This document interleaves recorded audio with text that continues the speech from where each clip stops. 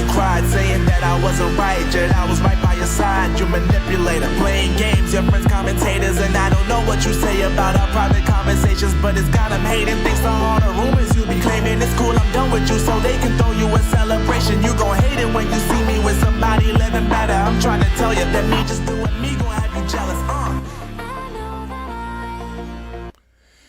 Tuesday, January 7th, 2025. Welcome back to the program, folks. Chris, live in Central Pennsylvania. Sound check. Central Pennsylvania. Sound check. Central Pennsylvania. Sounds pretty good to me. All right. Looks like every time I plug it back in, it seems to be doing the trick. So maybe I'll just quit announcing the sound check in future. And I'll just leave it up to the audience and let me know if there's something untoward with the sound. Thanks for joining me once again, ladies and gentlemen, on the 7th of January, 2025. Wow. Clock just keeps ticking over, doesn't it? Time for a little refreshment there. Breakfast, drink here.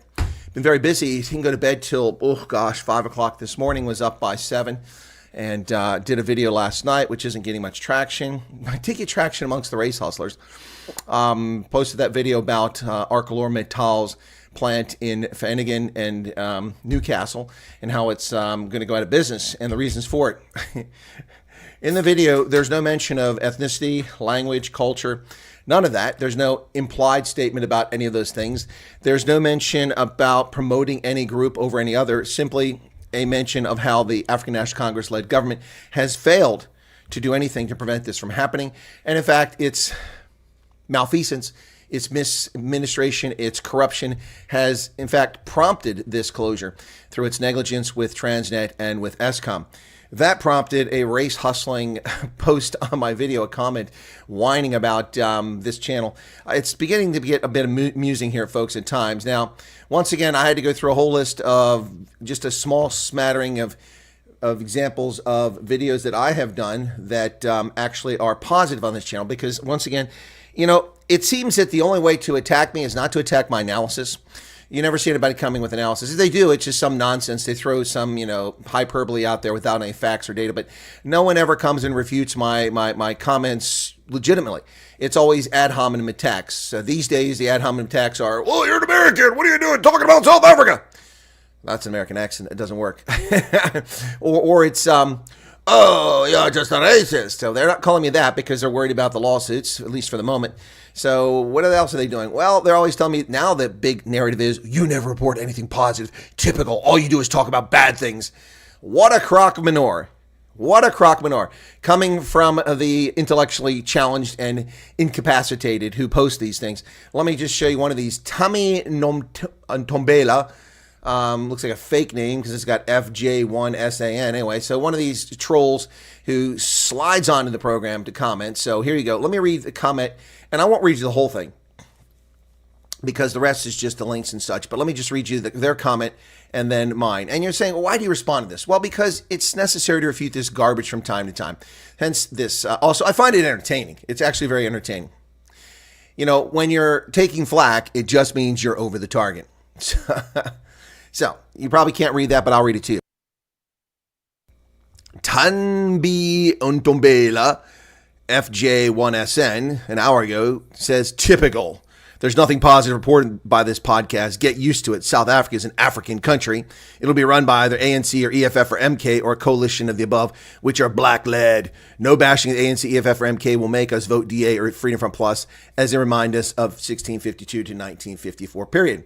Could you be any more blatantly racist or race hustling than that statement? Well, you could. You could be calling for the murder of white people, but hey, I suppose, or Indians or coloreds. But that's a good start. Let's go from there. Typical liar. Instead of being a troll, try telling the truth. Statement: South Africa's country, African country will be run by ANC, yada, yada, yada, which are black-led. I said, and I assume you have a point there. The story is not about anything black. It's about the ANC destroying South Africa. What's your obsession with skin pigmentation? Although I typed in ski pigmentation because the N's missing. So what's ski pigmentation? Probably confused people. And he says, no bashing ANC, EFF. I said, is there a point to this blatant race hustling? Does your limited intellectual capacity somehow convince you that the video, which is not about the DA or Freedom Front Plus, that includes any reference to those parties? Clearly, you're just another race hustling troll who can't be bothered with facts or clear analysis. How and why does the DA specifically remind you of 1652? Unlike the African National Congress, its antecedent roots in the unlike the ANC with its antecedent roots in the National Party, The DA's roots are in the Liberal Party, the only political party that opposed apartheid, genius. I can only surmise, this is surprise, I gotta fix this, a lot of typos here. Surmise, based on your silly references, that you're making assumptions and presume I support the DA. I got a lot of typos here. Or Freedom for Us. That would make you either lazy or disingenuous. Yeah, there you go. So I gotta fix that. Got a lot of typos. I gotta go back there and correct that. Anyway, yeah, it's just ridiculous. These people make these silly, it's just race hustling nonsense. Didn't make any argument about the points I made in the video, saying the reason why the company is going under is because of increased costs, the collapsing infrastructure, the burden by that, cheap Chinese imports as a consequence of ANC cozying up to BRICS and letting in Chinese steel enter the country at below market prices. Don't question any of that analysis. Nope. Just attack me, an ad hominem attack. Arthur Chokes is here, Neville Purdon, Tony Naish, who else? Gerhard Steenkamp, Teresa, Chris Sten, Leah Minar, and that's before we even got started. Pablo Charlie, Chris Marie shows up after that, Dylan Combrick, Richard Kuhn, Christo Els, Garrett Gilch from Somerset West, Dee Barham, George in from Cape Town, Robert Franklin Moore, PE, if I'm not mistaken. Let's see who else we got here. James Bowie, terrible day fighting COVID. I'm so sorry you have COVID. Really? You have COVID or just the flu? Just love when Ted Cruz takes on the FBI. I didn't see anything about Ted Cruz. And they say that I don't know. That's usually their answer. Pablo Chari, Trump to give remarks about what? I don't know. Trump was supposed to speak after the the certification. I didn't see anything from him yesterday. Just social media post. Marilyn Brokershaw. Hey, Marilyn, how's it going? And Mary Jo Tyndall is back. New here, I'm sorry. Friend of Dave Hodges. Heard you last night. Oh, well, thank you for that, Mary Jo. Thank you. Mary Jo, be patient. The program, the way the news program works is as follows. I've changed the program repeatedly over the years as interest changed. For a time, I just read the news and offer my analysis. Didn't take any comments from the audience. But I wound up making the news program longer and people want to interact. So I've changed that. I'm back to interacting as best I can while I do the news analysis. But what I say about patience is please be patient because the news starts out with Africa, South Africa specifically, walks around Africa, around the globe, and wraps up with U.S. news. So you'll catch U.S. news toward the end of my commentary here, which could be 20 minutes or 40 minutes from now. So please be patient. And thank you, Mary Jo, for listening last night. Not my best appearance on John B. Wells. They asked me rather last minute to come on last night. That's twice in like a week and a half they've asked me to come on last minute. I'm happy to do it anytime, and I can talk about a variety of subjects. But last night I wasn't really prepared to talk about that subject, just when it was apropos, and so we went with it. I hope that you found it informative. One of the gentlemen asked a question about the Tongo event in Niger, and I mentioned that I was the chief of the Office of Security Cooperation. I'm the one that established that office at the U.S. Embassy in Niamey, and that's the organization that coordinated those operations with Special Operations Command, U.S. Africa Command. So we were just getting that started when I was there in 2012.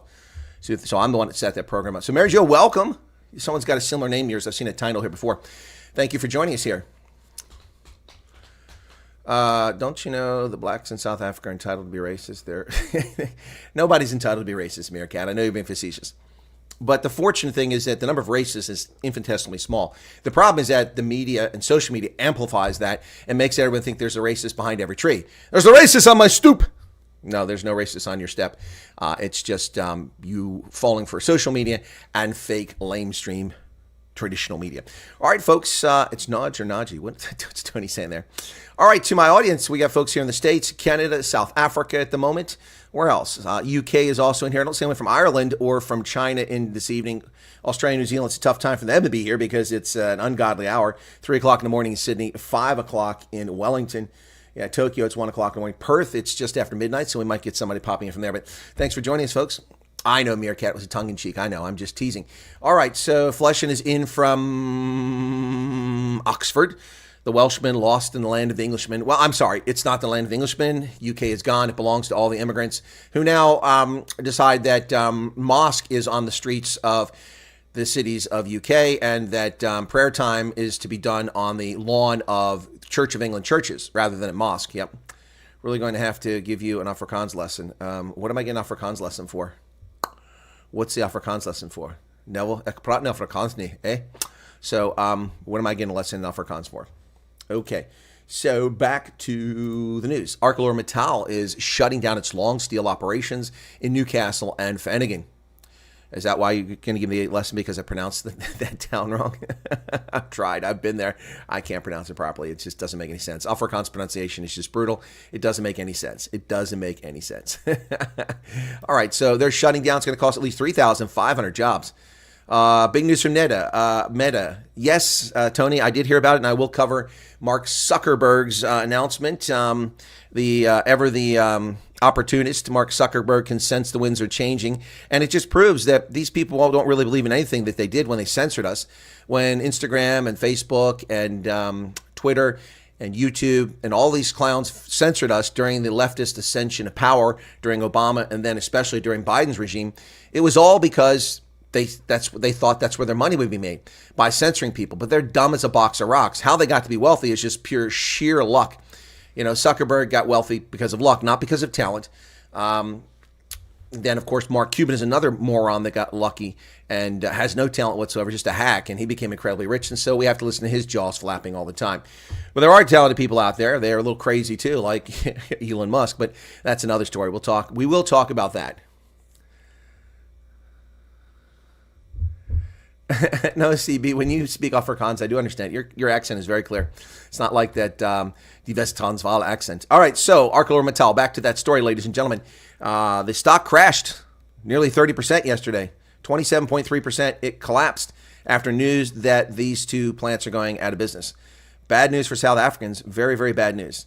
3,500 jobs will be lost. This will be a crushing defeat to Vanderbijl Park and to Vereniging and to Newcastle in the industrial heartland of Gauteng. The National Union of Mine Workers South Africa says they're going to fight the losses. Well, good luck with that. These operations are running at a 35% loss. Everything they make costs them 1/3 more than they're getting for it. You can't operate that way. Yep, Ernest Mabuza in Times Live says the National Union of Metal Workers of South Africa says it will fight to reverse the closure of the mine. Well, this is the same nonsense when General Motors was going bankrupt and Obama stole the stock from common shareholders and obliterated the debt holdings of those who were bondholders, impoverishing and bankrupting thousands of people and diminishing the pension funds of hundreds of thousands, if not millions, of Americans with the illegal theft of General Motors from the public, delisting the company criminally by the government. So Barack Obama stole that from the free market. And when they did that, then government motors under administration of the Obama regime then decided to shut down their operations around the world. Their once highly profitable Opel operations in Germany, in Rudesheim and around Germany, which used to be the cash cow for General Motors till they screwed it up. And then also their operations in South Africa. And then the mine where the workers, the unions came back and said, you can't close down, you have to give us money. No, screw you. I got to give you money. We're bankrupt. Foot thick. Piss off. Go away. Problem with unions. They're greedy bastards, corrupt, money-grubbing lion SOBs who steal money out of workers' pockets and do nothing to help them. Yeah, I speak from personal experience. Once upon a time, forced to be a member of the Teamsters. Disgusting, vile nonsense. I suppose I have strong feelings on that topic. Unfortunately, folks, talking a more serious topic, Van Riemen's Pass in the eastern South African region of the Drakensberg was closed after 18 people lost their lives.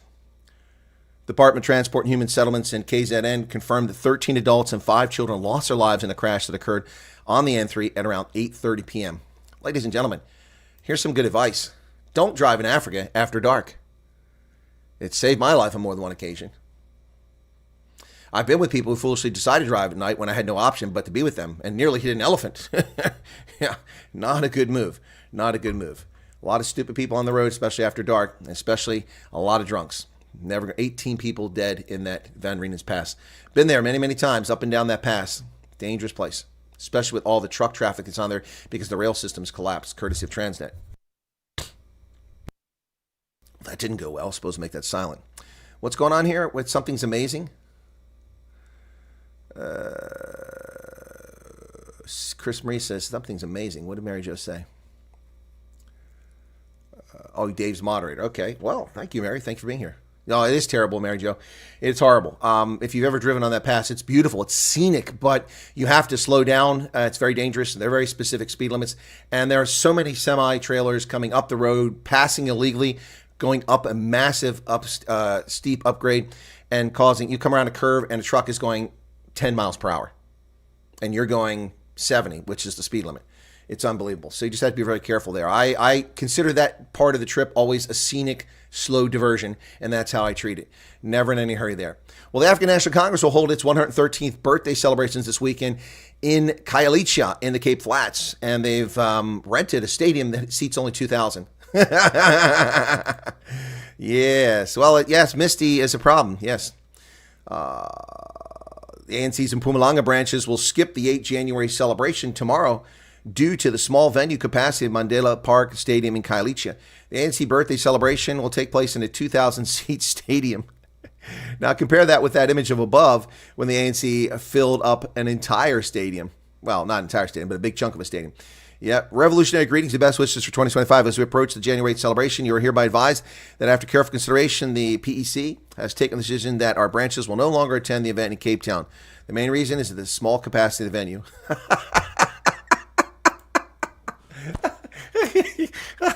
Oh, aidez-moi, rette mich.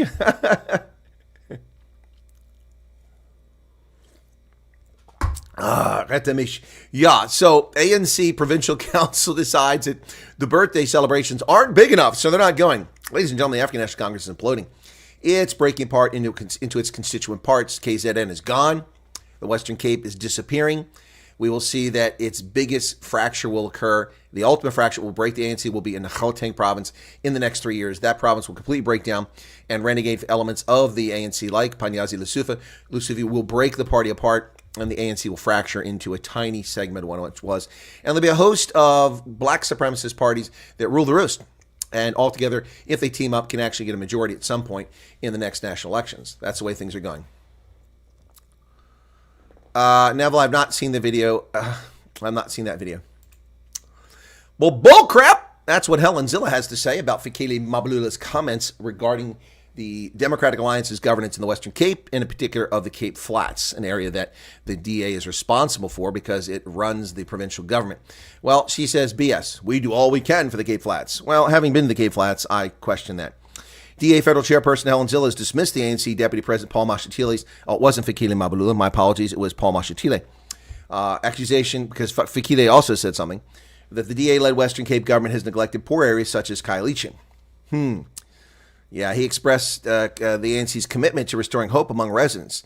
We want to make sure the people of Khayelitsha, like others in Western Cape, get a better life because we know the ANC is not in charge of Western Cape and the government of the province is neglecting areas such as Khayelitsha. Helen Zilla went to Twitter and said, bullshit. The DA government does more to help people in Khayelitsha than in Camps Bay. The big difference being the people in Camps Bay actually pay for the services they're getting. Those in Khayelitsha aren't paying for it, is the allegation by Helen Zilla. Whatever the case is here, this is the African National Congress searching desperately for relevance in the midst of failure around the country. They want to blame the Western Cape and the poverty that's there, not on the fact that 300,000, 400,000 people have migrated from the Eastern Cape, escaping ANC malfeasance there, looking for prosperity, and they moved in and set up illegal settlements and moved into places without services and then demand services, and then the ANC says, see, they're being neglected. No, you can only keep up with so much development. Well, I've cautioned the South African government about its stance on BRICS and on Russia and Iran, as well as Beijing, the Chinese communists. And what's happening now? Well, Naspers, guess what, guys? Koos Becker, you billionaire, guess what? You are going to see your fortunes. Your investment in Tencent, the Chinese communist mouthpiece, which is 25% owned by Naspers, the South African fake journalism, multimedia, bogus outlet, Propaganda 24. Yes, Naspers, you have 25% stock, and your stock took a nosedive. 10% loss yesterday on news that Tencent has been blacklisted by the U.S. government for its actions. Group shares take a beating after Tencent added to a blacklist of firms that D.C. claims work with Beijing's military. Well, that's because they do. Naspers and its international associate Prosus each crashed 10% Tuesday as the tech companies found themselves in the crosshairs of geopolitics after news that the group's largest investment, Tencent, has been added to a U.S. blacklist. Yes, that's right. On Monday, U.S. Department of Defense said it added a number of Chinese firms, tech giants, including Tencent, to the list of those who are malfeasant actors. And in fact, they are. The Chinese commies are malfeasant actors. Do we still have? Is she still there? I'm looking to see if Mary Jo hung around. Yeah, Zuckerberg. That's what his name is, Zuckerberg. Yeah. All right. South African Communist Party's leader is saying that He's warning of devastation as the government reduces workforce due to budget cuts. So this is how commies think. You are going to spread misery by getting rid of government jobs. This is how a capitalist thinks. Are the people performing a task that's necessary? How are we funding it? Is it sustainable?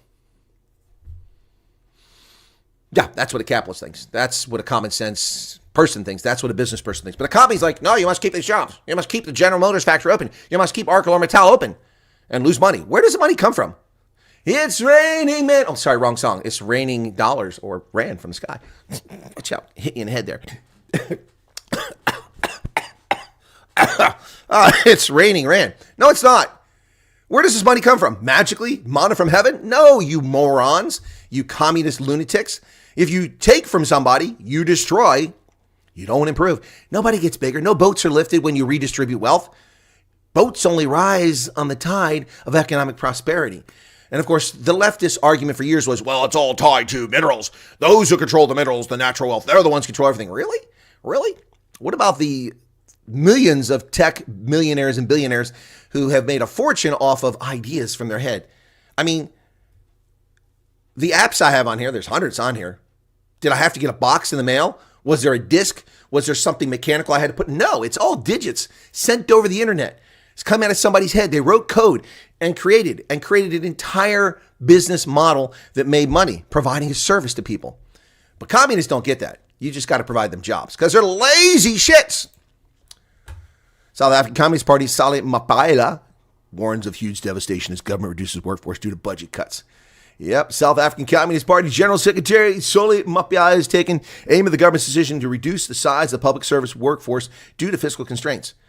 He says the South African Communist Party strongly rejects the Department of Cooperative Governance and Traditional Affairs COCTA decision to slash more than 67,000 community work program jobs at the end of the month due to budget cuts implemented by the National Department. Now, see, here's the problem. Community work program. What is this? The Tennessee Valley Authority? Is it the 1930s and we've got King Franklin Roosevelt generating and creating fake jobs, paying people to do nothing, taking money from taxpayers, destroying incentive and entrepreneurship and growth of business to fund government make work jobs? 67,000 make work jobs are contributing nothing. You might as well give these people welfare. Well, that's what they want to do. That's what they want to do. That's what they want to do. Yep, communist.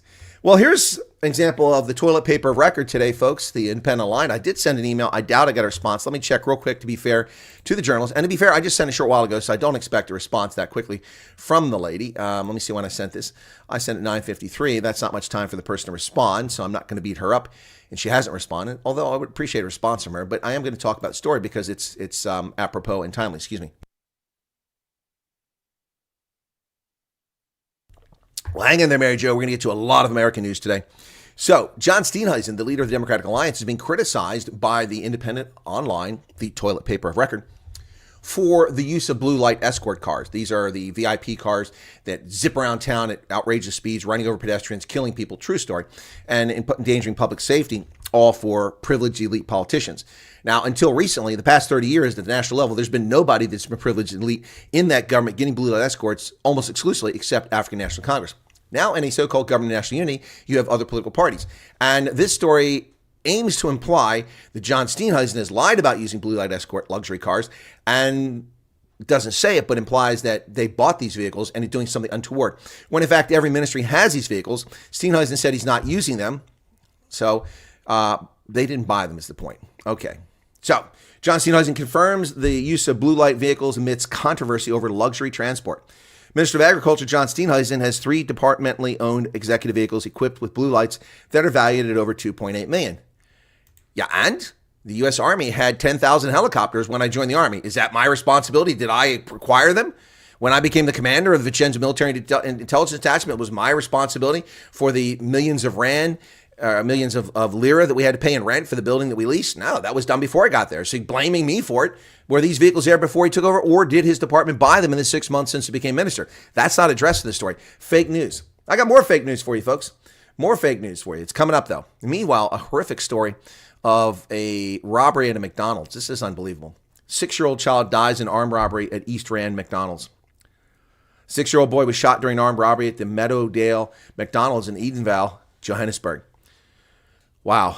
He died before his traumatized parents could get him to the hospital. 3 armed robbers behind the attack at 10:20 in the evening managed to make off with tool drawers of cash and phones belonging to the boy's parents and are still at large.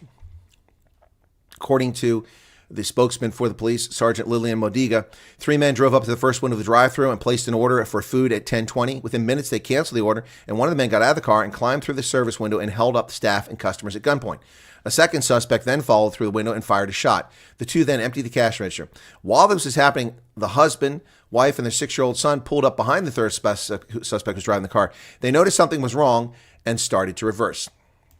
The driver got out of the car, aimed the gun at the family, forcing them to stop. He approached them and demanded their phones. They were traumatized and drove away quickly, and the suspect fired a gun at them. On the way home, they noticed their son had been shot and went to Primrose Hospital, and the 6-year-old child is dead because of this nonsense. Trump is on Fox News. Okay, well, let's see what's going on with Trump on Fox News. I'll break in for that if we got it. Yeah, he's speaking at Mar-a-Lago. Okay, let's go cover Trump. I need to find the best way to live. Yeah, I don't need this advert. We're going to go jump in for Donald Trump, and we'll continue the news after this. So my apologies. We'll see what he's got to say. If it's not interesting, we'll just drop off shortly after we get started on it. But give me a second here. Let's see what the Trumpster's got to say. Band. It's the group.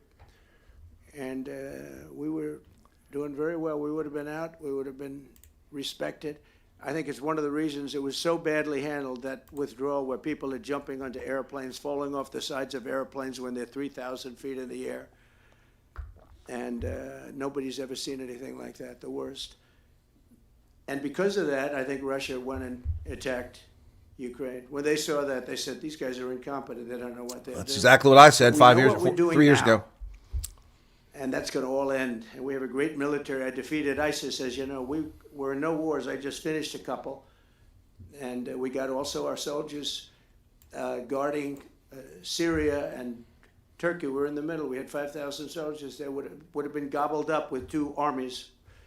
We had one army, 300,000. We had another one, 500,000 or 600,000, getting ready. We had 5,000. It's the feed, Charles. I can't control it. I have it cranked up as high as it'll go, both the source and my broadcasting software. I apologize for that. You just have to turn it up, and I'll try not to talk too much. Happened nothing.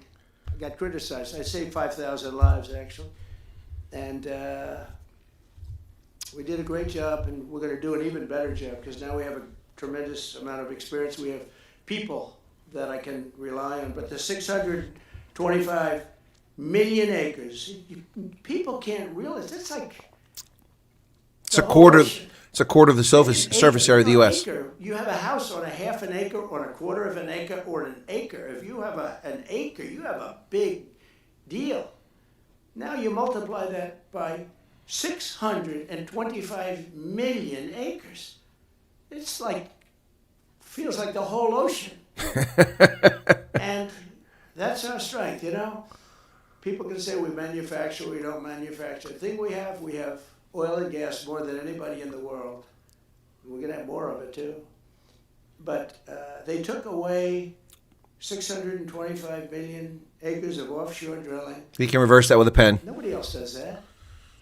And they think they have it, but we'll put it back. I'm going to put it back on day one. Day one, exactly. Problem solved. Stroke of a pen. If we need to. I don't think we should have to go to the courts. But if we do have to go to the courts, you know, they try to be sneaky.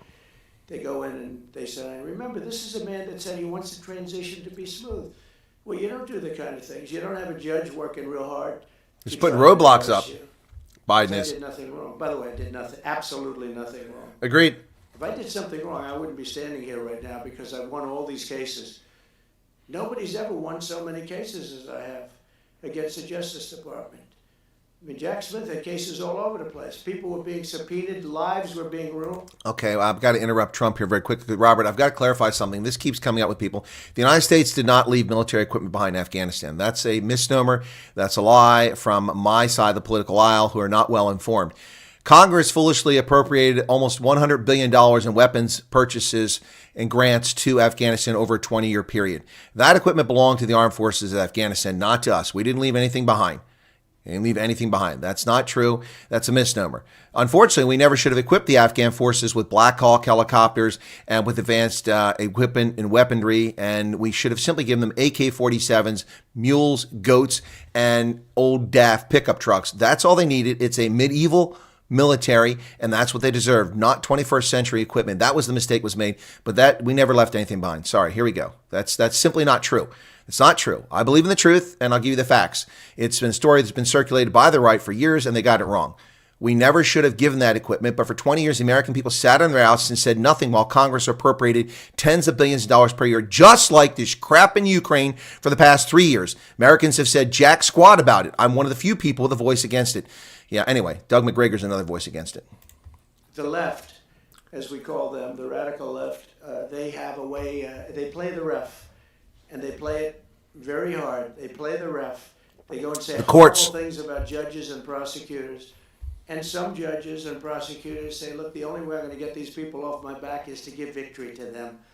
They're playing the ref. I think it's illegal what they do. It's almost like talking. It's worse than talking to a judge. But the judge in Florida, Judge Cannon, was brilliant and tough, and she didn't stand for it. And I don't know her. And never met her until the case, and I don't believe I said even one word to her. But she was very, very strong and very, very brilliant. And her opinion was so brilliant that they dropped their appeal. They couldn't beat the appeal. So that's what we're up against. So they say we're going to have a smooth transition. All they do is talk. It's all talk. Everything they do is talk. We're going to have a smooth transition. And then they take 625 million acres and they essentially landmark it so you can't ever drill there again. Well, we're going to be drilling soon. We're going to be opening up Anwar. We're going to be doing all sorts of things that nobody ever thought was even possible. But remember when, and just to get off the subject, because I couldn't believe it when I heard it yesterday, I couldn't believe the size of it. I mean, you put down a map and put this up, it's just massive. And remember that that's worth probably, I mean, I've had estimates, $40 to $50 trillion. That's more than our national debt. Essentially, he's thrown it away. He's thrown it away. He's taken $50 trillion. So if we owe $35 trillion, he's taken $50 trillion of value and thrown it right out the window. We can't do that. Nobody can do that. One other thing he did yesterday, which was in many ways worse. It's hard to believe it could be worse. He wants all gas heaters out of your homes and apartments. He wants them to be replaced by essentially electric heaters. I don't know what it is with electric. And the electric still, 16% of which is being produced by coal, and the rest is being produced by unsustainable other sources because we're not relying on nuclear power. Small modular reactors are the answer, but we're not doing it because the Greens and the political left preventing us from switching to proper, safe, long-lasting nuclear power, small modular reactors. Yeah, the 13% is just a number they picked out of their fourth point of contact saying we must lower the emissions from our gas stoves. Why do we have to end our gas stoves? Why is the government coming in our homes and preventing us from having gas stoves? This is overreach. This is a government out of control, and Trump needs to get them back in line.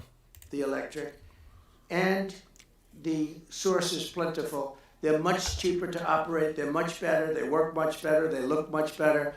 60% of homes and apartments have gas heaters. He wants them all removed quickly.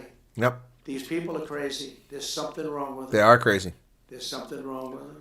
They also want to go back, and they have already started that, to when you buy a faucet, no water comes out because they want to preserve. Even in areas that have so much water, you don't know what to do. It's called rain. It comes down from heaven. And they want to do, no water comes out of the shower. Yeah, I already deal with that. Drip.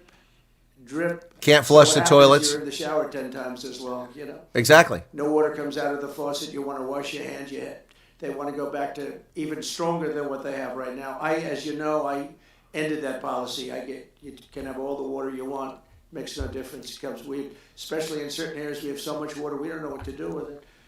But these are all things. They want very, very little water to go into your dishwasher, almost none. So it doesn't clean the dishes. You know what people do? They just keep pressing, keep it going. Waste electricity, waste water. Likewise, washing machines. They want in That's your the worst. washing machine to have very little water. I use those in Europe. Machine. So when you wash your clothing, you have to wash it 5 times. Yep. You end up using more water.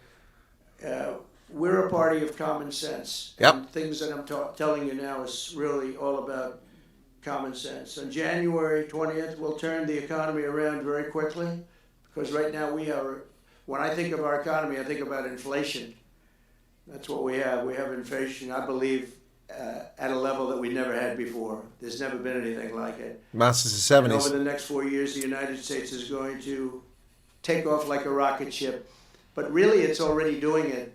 If you take a look, just last month, SoftBank announced the $200 billion. I think it'll be 200. He said between 100, and I said, how about making it 200? And he sort of said yes, but let's say it's 100, but it might be 200, right, Brian? Dollars, United States creating more than 100,000 jobs. Hussein just announced a tremendous investment that he's going to make, and that's money that's in the bank. He's going to come and do it, and he'll do a great job, and he'll build the best centers in the country, I guarantee, because I know the way he builds. Since my election, the stock market has set records. The S&P 500 index has broken above 6,000 points for the first time ever. Yep. Never even close. In a single month, small business optimism soared 41 points.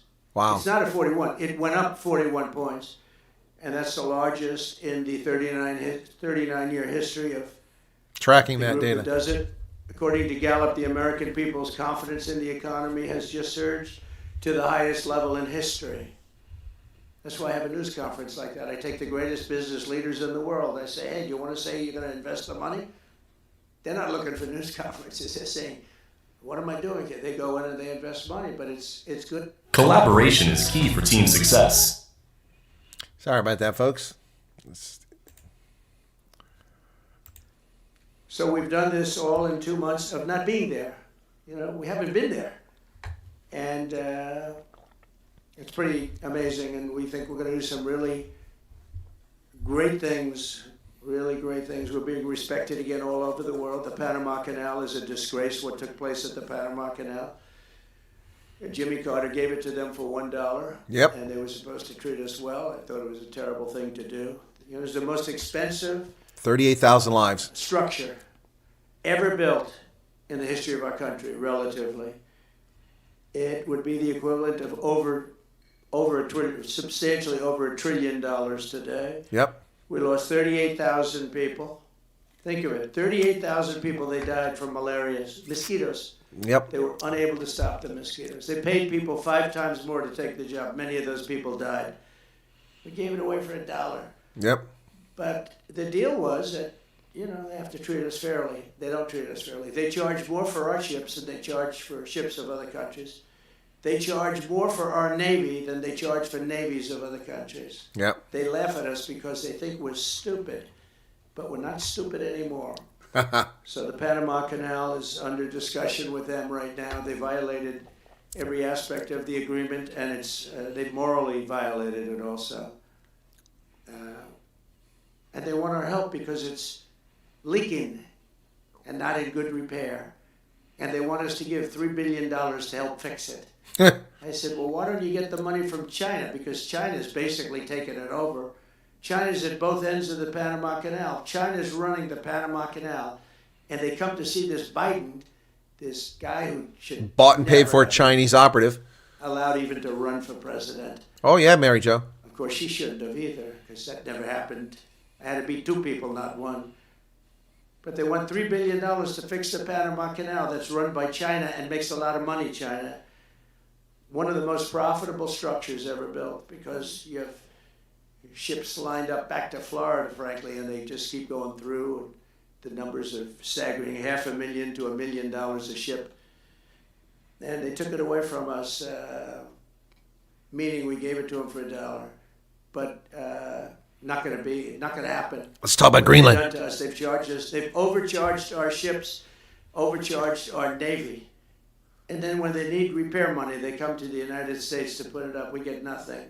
Well, Those days are over. it's because they're eating the dogs or Working eating the with cats. Republican majorities in Congress will cut taxes, Yes. slash regulations, Yes. raise wages, and boost incomes at a pace the world has not seen before, and certainly not from our country. We had a big chunk of it for the first 3 years prior to COVID coming in my administration. We had the greatest economy in history. We cut the most regulations in the history of our country, and I did that all in 4 years. By 4 times more than any other president cut. We did that in 4 years. and we were just getting started. We'll impose new tariffs so that the products on our stores will once again be stamped with Made in the beautiful USA. words, made in the USA. And we are not treated well, as you know, by Canada.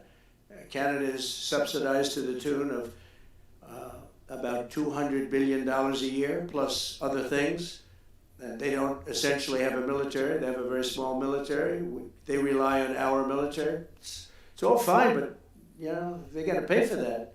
It's very unfair. I have so many great friends. One of them is the great one, Wayne Gretzky. I said, run for prime minister. You'll win it'll take 2 seconds. But he said, well, am I going to run for prime minister or governor? You tell me. I said, I don't know. Let's make it governor. I like it better.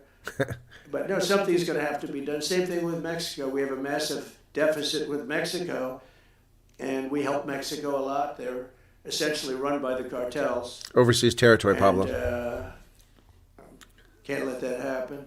Mexico's really in trouble, a lot of trouble. Very dangerous place. Yep. And we're going to be announcing a future date pretty soon. We're going to change because we do most of the work there and it's ours. We're going to be changing sort of the opposite of Biden, where he's closing everything up, essentially getting rid of $50 to $60 trillion worth of assets. We're going to be changing the name of the Gulf of Mexico to the Gulf of America. It's a beautiful ring. I love it. Gulf of America. What a beautiful name. And it's appropriate. It's appropriate. And Mexico has to stop allowing millions of people to pour into our country. They can stop them. And we're going to put very serious tariffs on Mexico. And Mount Canada, Rainier. because Canada, they come from Fort Canada Bragg. too, and the drugs that are coming through are Fort Hood. at record numbers. Record numbers. Fort So Rucker. we're going to make up for that by putting tariffs on Mexico and Canada. Substantial tariffs. And we want to get along with everybody, but you know they have to. It takes two to tango. We're approaching the dawn of America's golden age. It's going to be a golden age for America. We have things that nobody else has. We have more natural resources. We have number one. Nobody knew that until I came along. I made us number one. We're number three. I made us number one in a very short period of time in drilling.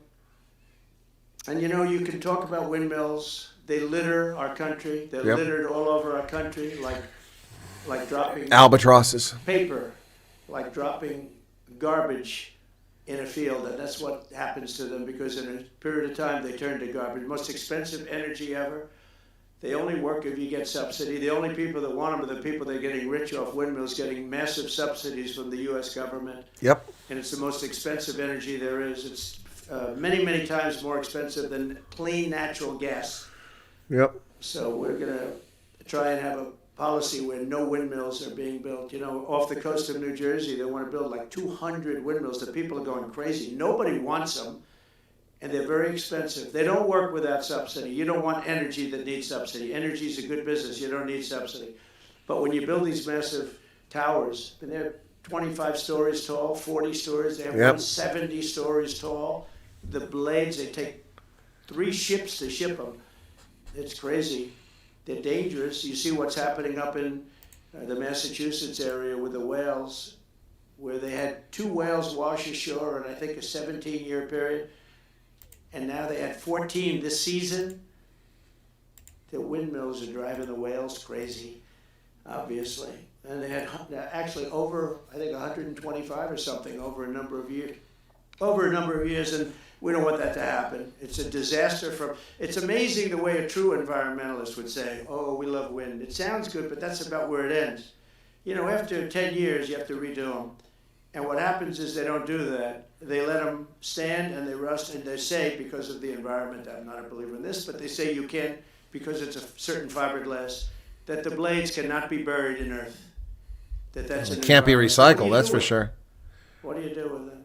And I don't know if you've ever gone to Palm Springs, California, or any of these places where you have long-term windmills standing. They're a disaster. They're rusting, rotting, closed, falling down. This is as you enter Palm Springs. Yep.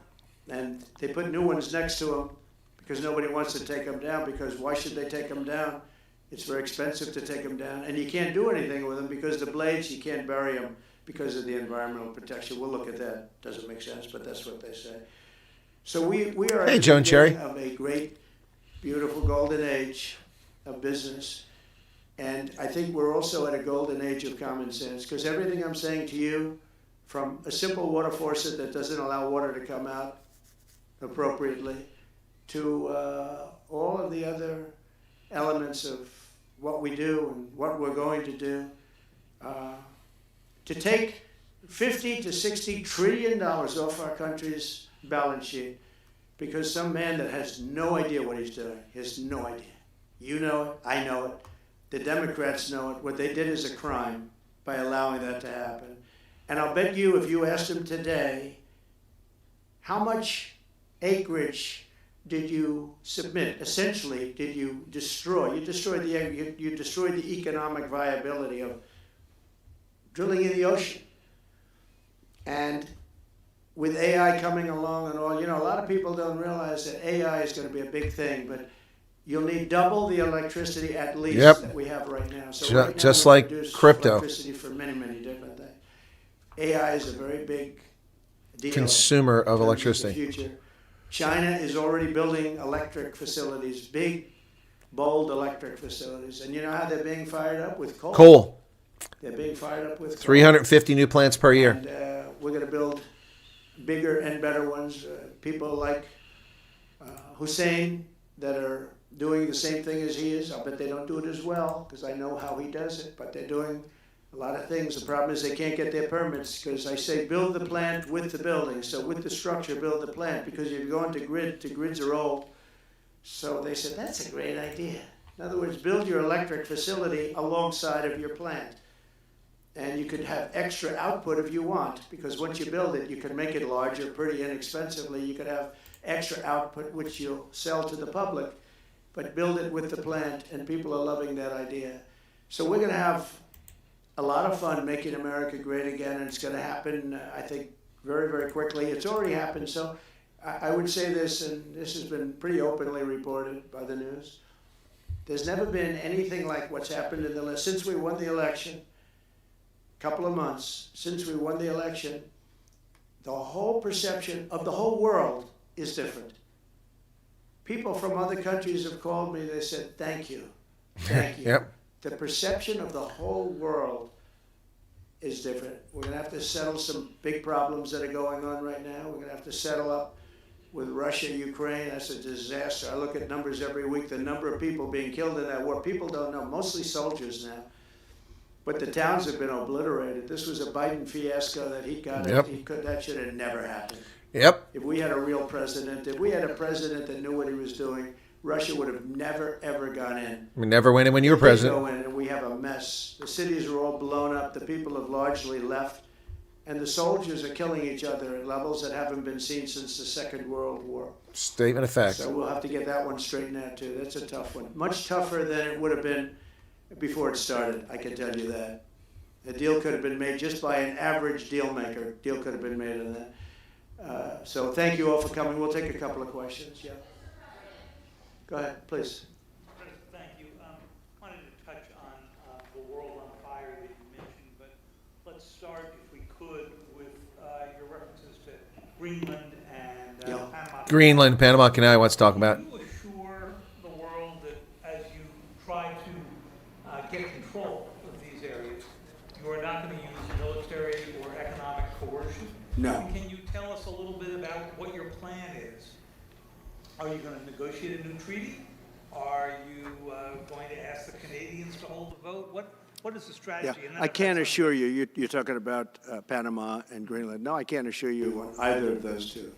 But I can say this, we need them for economic security. The Panama Canal was built for our military. I'm not going to commit to that now. It might be that you'll have to do something. Look, the Panama Canal is vital to our country. It's being operated by China. China. And we gave the Panama Canal to Panama. We didn't give it to China. Correct. And they've abused it. They've abused that gift. It should have never been made, by the way. Giving the Panama Canal is why Jimmy Carter Quit interrupting him. lost the election, in my opinion, more so maybe than the hostages. The hostages were a big deal. But if you remember, nobody wants to talk about the Panama Canal now because, you know, it's inappropriate, I guess, but because it's a bad part of the Carter legacy. But he was a good man. Look, he was a good man. I knew him a little bit, and he was a very fine person, but that was a big mistake. Giving the Panama Canal to Panama was a very big mistake. We lost 38,000 people. It cost us the equivalent of $1 trillion, maybe more than, probably the most expensive, they say it was the most expensive structure, if we call it a structure, which I guess you can, ever built.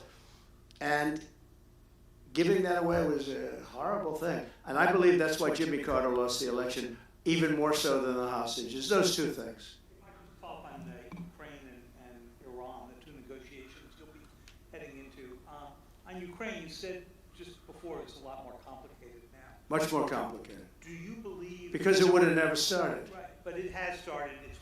Well, not only started, the cities are largely knocked down. So they're like... what you've got. At this point, to hold on to leverage in dealing with President Putin, would you make a commitment to the Ukrainians that you will keep supporting them during the negotiations? Why are you asking him to give away his cards? Idiot reporters. If they do enter into an armistice or a ceasefire along the lines of the French and the Germans. So, you know, a big part of the problem was Russia for many, many years, long before Putin said you could never have NATO on their doorstep. Ukraine. Now, they've said that. That's been like written in stone. And somewhere along the line, Biden said, no, they should be able to join NATO. Well, then Russia has somebody right on their doorstep, and I could understand their feeling about that.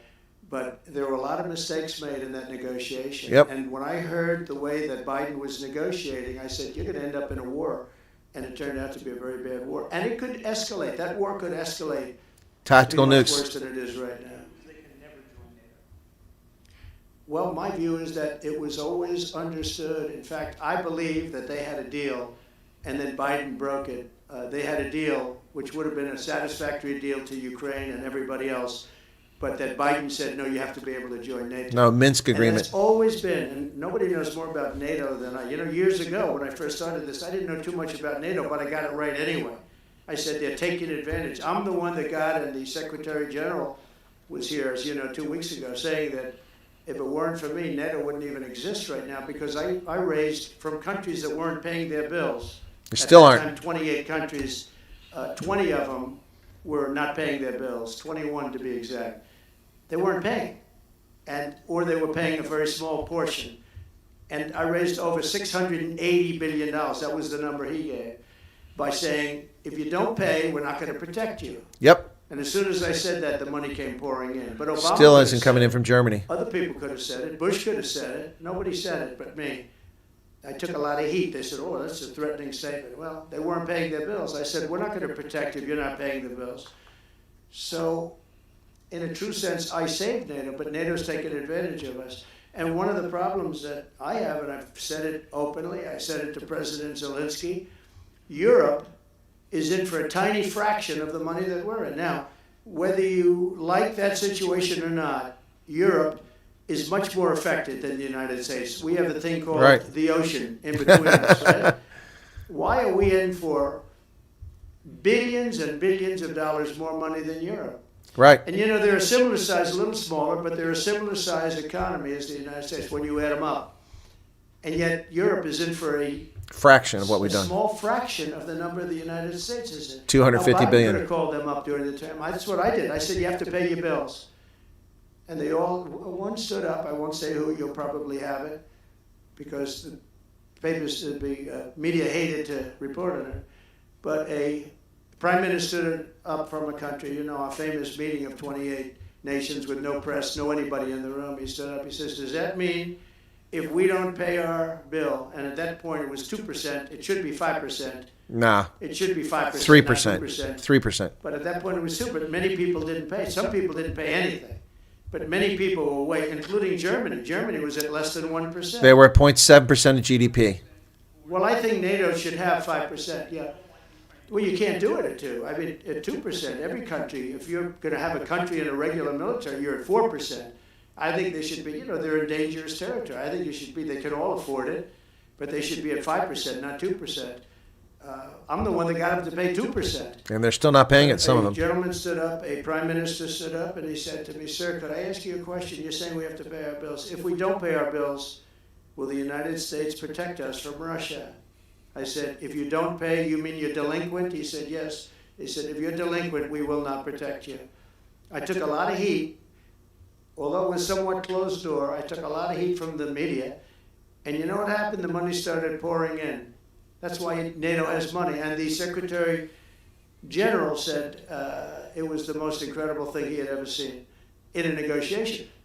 Now, if I would have said, "Yes, we will," nobody would have paid. Yep, If they I would have would stepped loved up. to say, "Yes, we'll protect you even if you don't pay." Yep. But that's not the way life works. Two questions related. Jeez. First, you said on your first day of office you're going to pardon January 6th defendants. Are you planning to pardon those who were charged with violent offenses? Well, we're looking at it, and we have other people in there. And as you see, I guess 24 or 28 people came now from the FBI.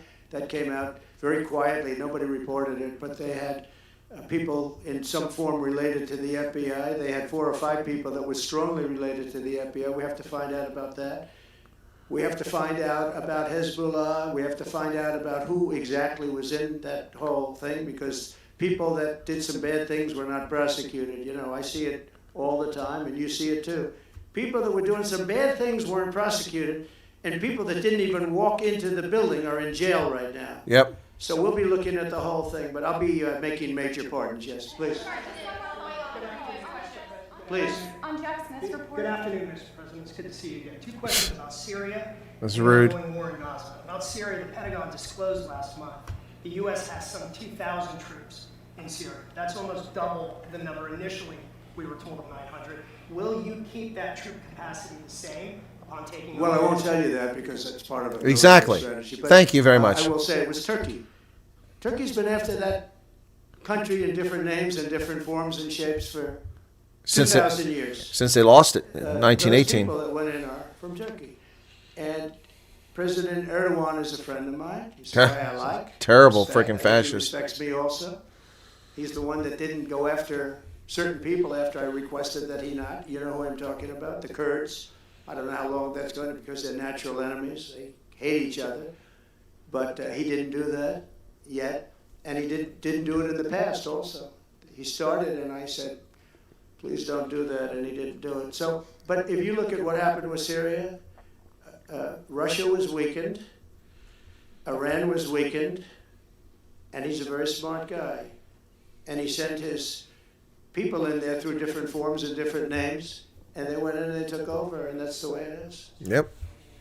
Do you have concerns about HTS taking control of By the way, I Syria? have the envoy here. Is that in the back? Standing with my son, Eric, is Steve Woodcock, who's just got back from the Middle East, and he's done a fantastic job. He's a great deal maker. I said, what we need there is a deal maker, because nobody makes a deal. We have people that understand where the rivers are and where the meets and bounds. And But they don't know how to negotiate. They can't make deals. Steve's done a great job. I just want to thank you, Steve. You've been working endlessly for months. And For free. He's working specifically on the hostages, trying to get them back. Steve, come up for a second. Maybe you might want to say a couple of words. I didn't know Steve was going to be here, actually. He's done a fantastic Neither did job. Steve. It's a dangerous job, too, and we appreciate it. He didn't know about this kind of danger and the other deal making he does. Now he sees a lot of big danger. Come on up, Steve. Yeah, just one second. I'm going to give you a little report on the hostages, if I can. Steve? All right. Wow. Well, I think we're making a lot of progress, and I don't want to say too much because I think they're doing a really good job back in Doha. I'm leaving tomorrow back to go to Doha, but I think that we've had some really great progress, and I'm really hopeful that by the inaugural, we'll have some good things to announce on behalf of the president. I actually believe that we're working in tandem in a really good way, but it's the president, his reputation, the things that he has said that are driving this negotiation, and so hopefully it'll all work out and we'll save some lives.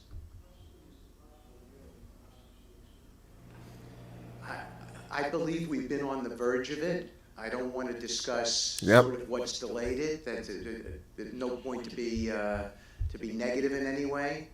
But I think it's the president, his stature, what he said he expects, the red lines he's put out there, that's driving this negotiation. I'm going back probably either this evening or tomorrow night. Are you confident there'll be a deal before January 20th, or is that something that's likely to happen? If there's a deal even at all, we've been hearing this now for the better part of. I know. I would say. Right. I would say Better be. the president is exasperated. I don't want to talk for him, but look, I don't know anyone who delegates better than President Trump. He gives us a lot of authority to speak on his behalf, and he exhorts us to speak emphatically. And emphatically means you better do this, because the alternative. Do you think they're waiting for President Trump to take office? No, I think they heard him loud and clear. Better get done by the inaugural. When you say all hell must be paid, all hell must be paid if they don't release the hostages. Well, do I have to define it for you? If those hostages aren't back, I don't want to hurt your negotiation. If they're not back by the time I get into office, all hell will break out in the Middle East. And it will not be good for Hamas, and it will not be good, frankly, for anyone. All hell will break out. I don't have to say anymore, but that's what it is. Damn. They should have given them back a long time. They should have never taken them. Oh my goodness. It would have been the attack of October 7th. People Yep. forget that. But there was. And many people are killed. They're no longer hostages. I have people from Israel and others calling, begging me to get, we had also people there from the United States. Yep. Just so you know. Americans held hostage. Holding some so-called hostages from the U.S. But I've had mothers come to me and fathers crying, can I get the body of their son back? Can I get the body of their daughter back? That beautiful girl where they threw her in the car, pulled her by her ponytail and threw her in the car like she was a sack of potatoes. I said, what happened to her? Sir, she's dead. Like a 19, 20-year-old beautiful girl. And the way they treated her. And I just say it this very simply. Steve's got a job to do. He's a great guy, great negotiator, great person. They respect him over there already. It's what we needed over there. We have people that know everything about the Middle East, but they can't speak properly. They don't know. Yep. He's a great negotiator. That's what I needed. I could have sent that gentleman right over there, Hussein. He's a great negotiator. There are people. They're rare. Great negotiators are very rare, like a great surgeon. But we have the right person. But I tell this, I don't want to hurt the negotiation. If the deal isn't done before I take office, which is now going to be 2 weeks, all hell will break out in the Middle East. Ooh. Thank you. Wow. Okay, let's wrap this up, Trumpster. More than 140 police officers were injured by rioters on January 6th. Will you pardon anyone who attacked a police officer? Well, the only one that was killed was a beautiful young lady named Ashley Babbitt. Yep. She was killed, and there was actually somebody else that was killed, also a MAGA person, but people don't give it 100% credibility. I'm going to find out about it, and we're going to find out. But Ashley Babbitt was killed. She was shot. Should have never been shot. She was shot for no reason whatsoever. In fact, they say that she was trying to hold back the crowd, and the crowd was made up of a lot of different people, so we'll see. But I will tell you this, the person that was killed was Ashley Babbitt. The other thing is, when they talk, there was never charges of insurrection or anything like that. Correct. But if there were, this would be the only insurrection in history where people went in as insurrectionists with not one gun. Okay? And let me tell you, the people that you're talking about have a lot of guns in their home for hunting and for shooting and for entertainment, a lot of good reasons. But there wasn't one gun that they found And why didn't they find the bomber, the pipe bomber? You know, they know who the pipe bomber is. The FBI knows who it is. The status of the FBI has gone down so far. Yep, here we go. And the status of the DOJ, or as I call it, the Department of Justice. Ah, you stole that from me, Trump. Department of Justice, it's being laughed at all over the world. And hopefully with Pam Bondi and with Kash Patel and with other people that we're putting in, that will all come back. If you do a poll in the FBI, I guarantee I'm at like 90% with the agents of the FBI, but they have hurt that incredible place. Law enforcement, I mean, you think of the FBI, they raided this house. By the way, they could have told me, could I see this guy? I would have given them, I actually told them, come in anytime you want. You can see anything. Yep. They raided the house and the case was dismissed. And now I'm in litigation. I'm suing them for doing that. And I feel so badly doing it. I'm the President of the United States and I'm suing the United States, but I'm suing them for other things too. The FBI has gone so, its reputation rogue. has been so horribly It's hurt. rogue. Between Comey, who was A disaster. the worst, and all of the others, what's happened to the FBI is, and we're going to make it great again. We're going to make the FBI great again. We're going to make the Department of Justice fair and strong, but fair again. Because all they did was attack me because I'm their political opponent. And that includes with local judges like Marshawn. Sean. You ought to find out. Ask them, why do I have a gag order where I'm not allowed to speak? Think of it. I'm the President of the United States, and I'm not allowed to speak. Why? Because if I did speak, people would understand the scam. It's a scam. And we have very dishonest judges, and New York judges, very bad. We had one that valued this house at $18 million because it was good for that case. He actually valued, that chandelier is worth more than $18 million. He valued this house at $18 million. And we have another one who was so nasty, so horrible, such a brute, a most vicious, vile person. These are New York judges. But we've won most of the cases, so we're very happy about that. Please.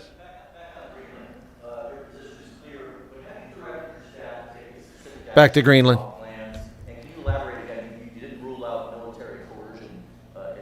Well, we need Greenland for national security purposes. I've been told that for a long time, long before I even ran. I mean, people have been talking about it for a long time. You have approximately 45,000 people there. People really don't even know if Denmark has any legal right to it. But if they do, they should give it up because we need it for national security. That's for the free world. I'm talking about protecting the free world. You look at, you don't even need binoculars. You look outside, you have China ships all over the place. You have Russian ships all over the place. We're not letting that happen. We're not letting it happen. And if Denmark wants to get to a conclusion, but nobody knows if they even have any right, title, or interest. The people are going to probably vote for independence or to come into the United States. But if they did do that, then I would tariff Denmark at a very high level. No more Legos. We're not at that stage, but we have people. I haven't even entered office yet. Secondly, sir, Elon Musk has drawn some criticism and a lot of attention for some of his actions and provocative statements about foreign affairs, including in Europe. Your reaction to that, is that appropriate for You mean where he likes people that tended to be conservative? I don't know the people. I can say Elon's doing a good job, very smart guy. I don't know the people you're talking about. He was, I know he said some negative things about a couple of people that are running for office, but that's not so unusual. Yes, please.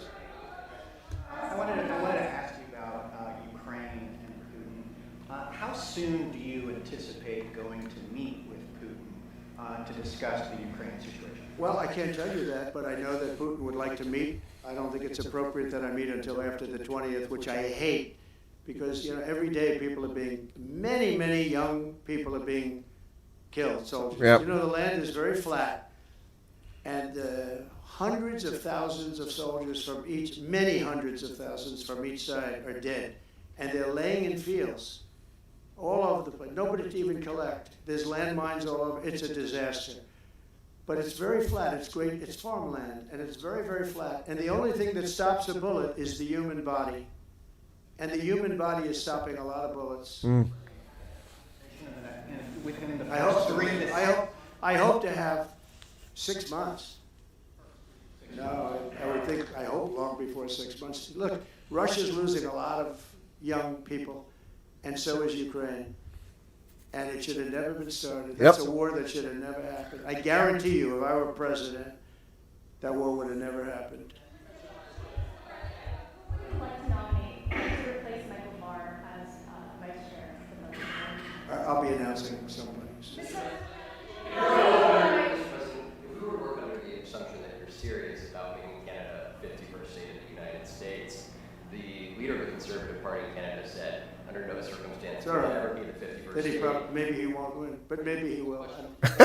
He'll win. Listen, I don't care what he says. Sir, real fast, you said you were considering military force to acquire Panama and Greenland. Are you also considering military force to annex and acquire? No, economic force. Because Canada and the United States, that would really be something.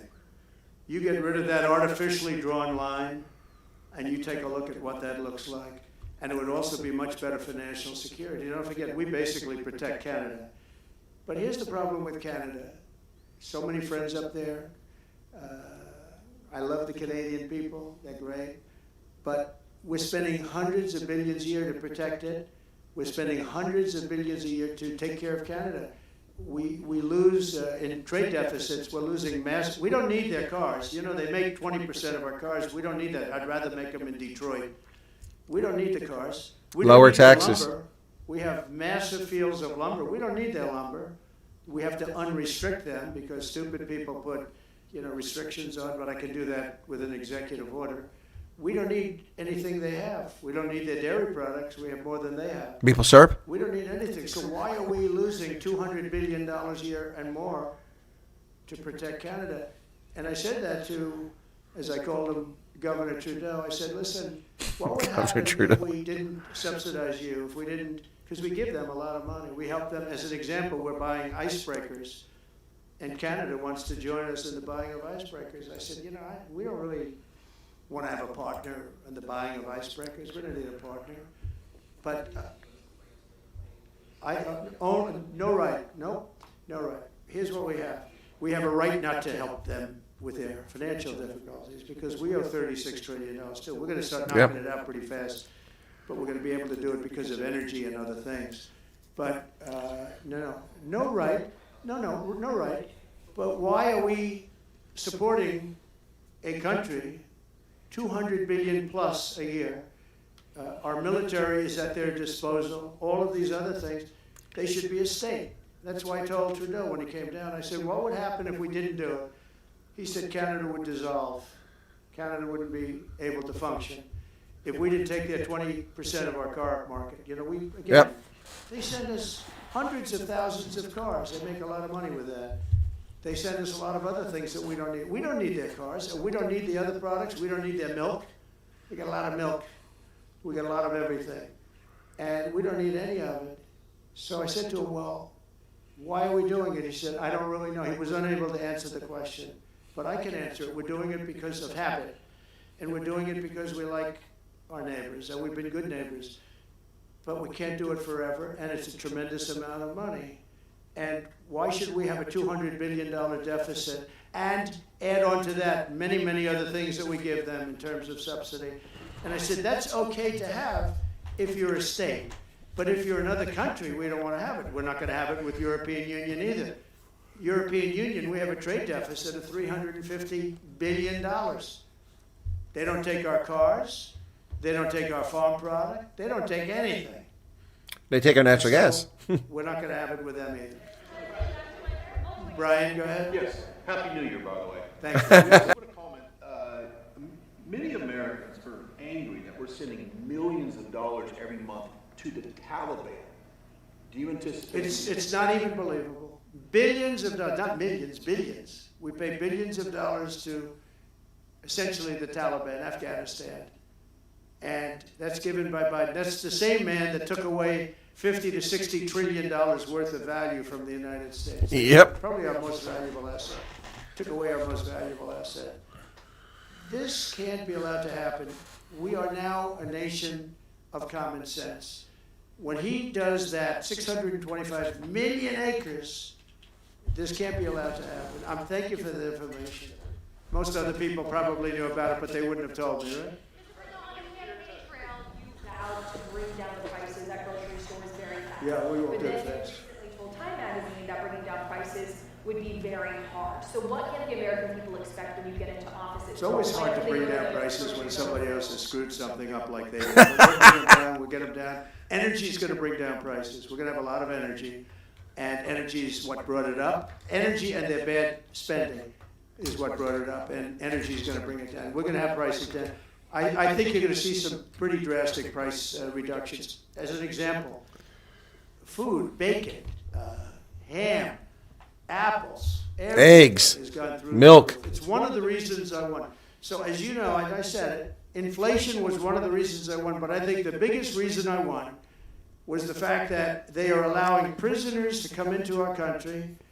They released their prisoners, their murderers. Thousands of murderers are now walking around the streets of our cities and farmland all over, murdered, people that have killed. Many, 32% have killed more than one person. They released them from their jails, their prisons, and their mental institutions and insane asylums into our country.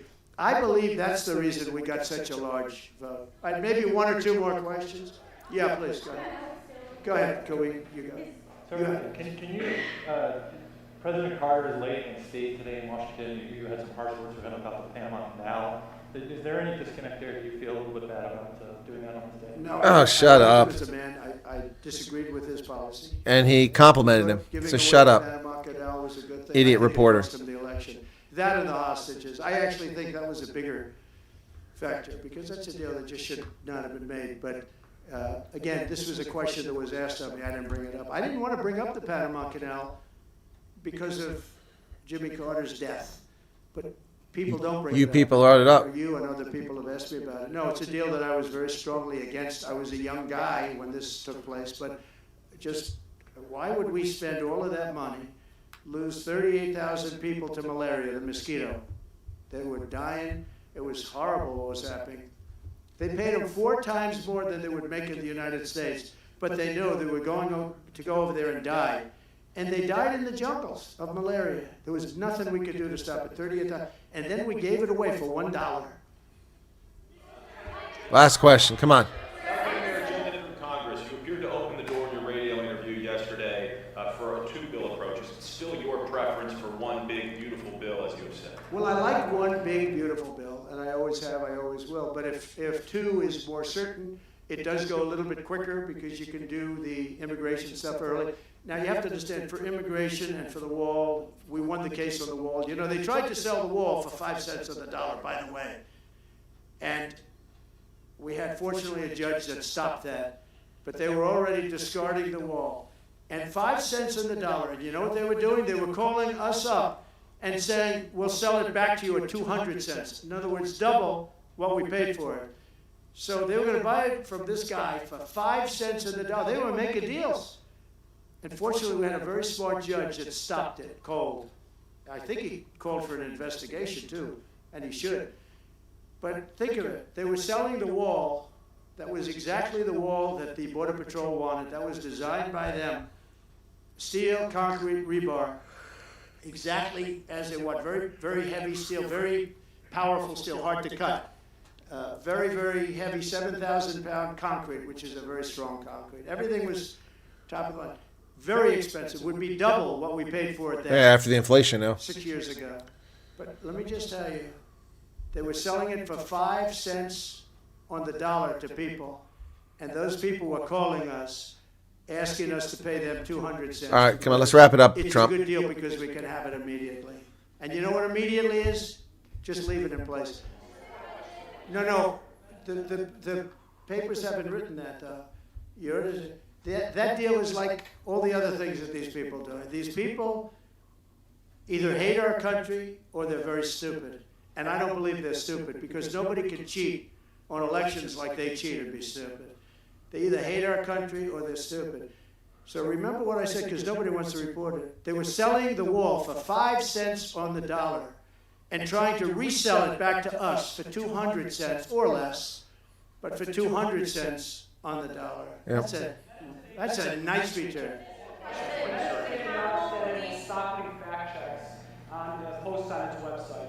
And Meta said today would stop putting fact checks Facebook. on its website and set up community.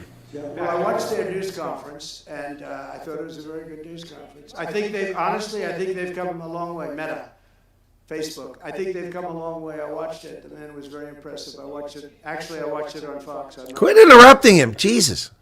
Say it? Do you think he's directly responding to the threats that you have made to him in the past? Probably. Probably.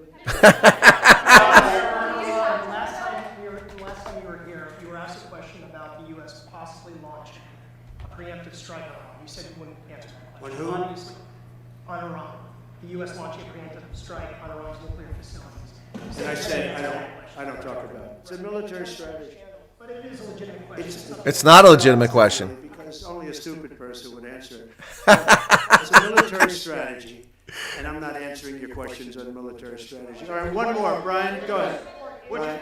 Could you give us a preview of what you might be talking to leaders of Congress who are expected to come here the next couple of days? And you've got a very supportive Congress behind you. They're great.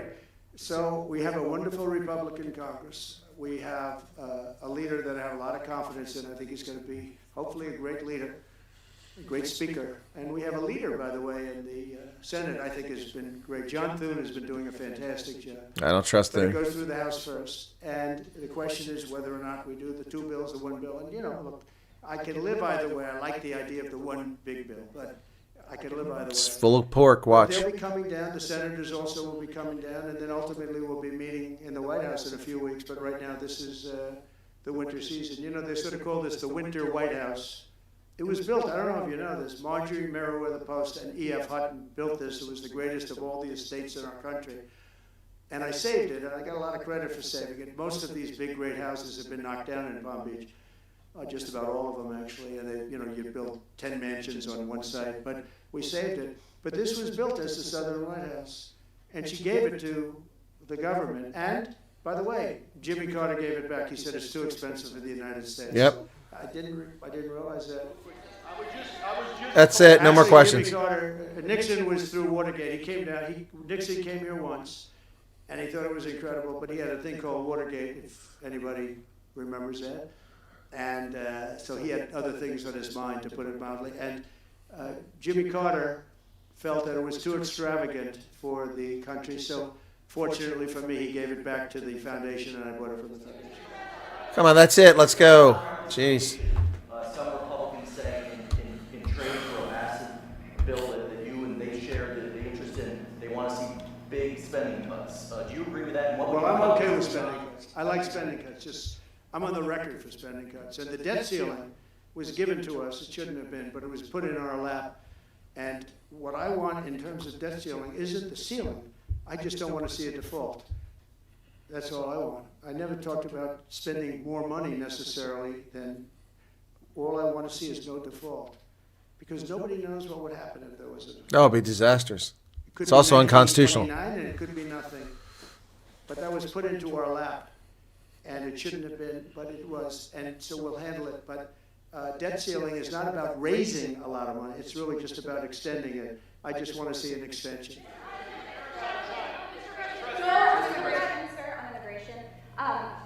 How much can you do by executive order, are you planning to do on executive order when it comes to immigration? And how much do you want Congress to tackle? Call it an invasion, Trump. It's not immigration. Well, I have the safest border in the history of our country by far. You remember the famous chart that I brought down. I love that chart very much for a lot of reasons. But I have the safest border by far in the history of our country. And when I took it over, it was a mess. Nothing like it is now. This is 10 times worse. When I got elected because of the border the first time, and I think I got elected largely because of the border the third time. And the second time I did equally well. Well, not as well as the last time, but I did very well. And I will say, this was too big to rig.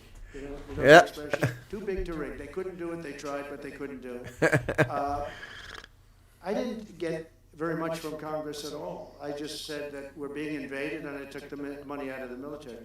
Much of the wall, I built over 500 miles of wall. Much of that wall was built through money that I put into the military. We took it out because we couldn't get things from Congress in those days, and we took it out. And that wall was built largely with money coming from the military.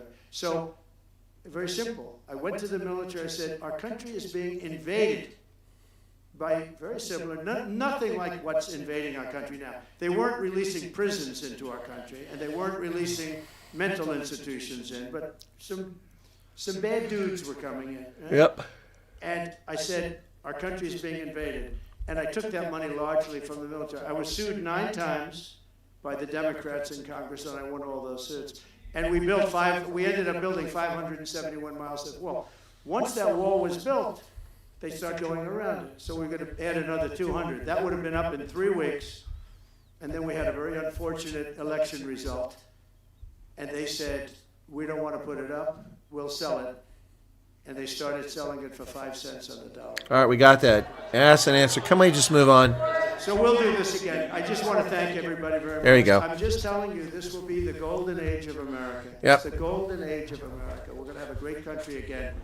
We're a country right now under siege. We have so many different problems, and nobody respects us overseas, but now they do. The Italian Prime Minister, as you know, came here the other night, just flew in or flew out. She wanted to see me. And great respect is being shown when I went to the cathedral in France. Great respect was shown by Notre Dame, the Prime Minister, the President, by everybody. France was, and by the way, I have to say they did a great job in the cathedral. But great respect is being shown to our country again. And we have a great country, but we have to run it properly. It's going to be run properly.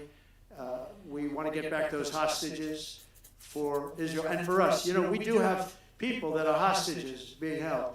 And I'll just say it again. If this deal's not done with the people representing our nation, by the time I get to office, all hell is going to break out. Thank you very much. Russian war before you take office. Can you clarify what you mean by military force in the Panama Canal? They're just idiots. These are such useless people that pretend to be reporters. There's a stark difference right there. We didn't see that. We did not see that in the past. That is not something we saw with Joe Biden. Joe Biden couldn't answer a question, let alone hold a press conference. All right, folks, that was Donald Trump at Mar-a-Lago giving a press conference to the media on the day that Carter lies in state. So they're going to make a big deal about that. They're going to make a big deal about him threatening all hell to break loose. Going to make a big deal about him denying he lost the election in 2020. They're going to make a big deal about a lot of stuff. But this was a brilliant press conference once again, and Trump is just a master class. Much more controlled, much more to the point. Trump is on target this time. He's over the target. That's for darn sure.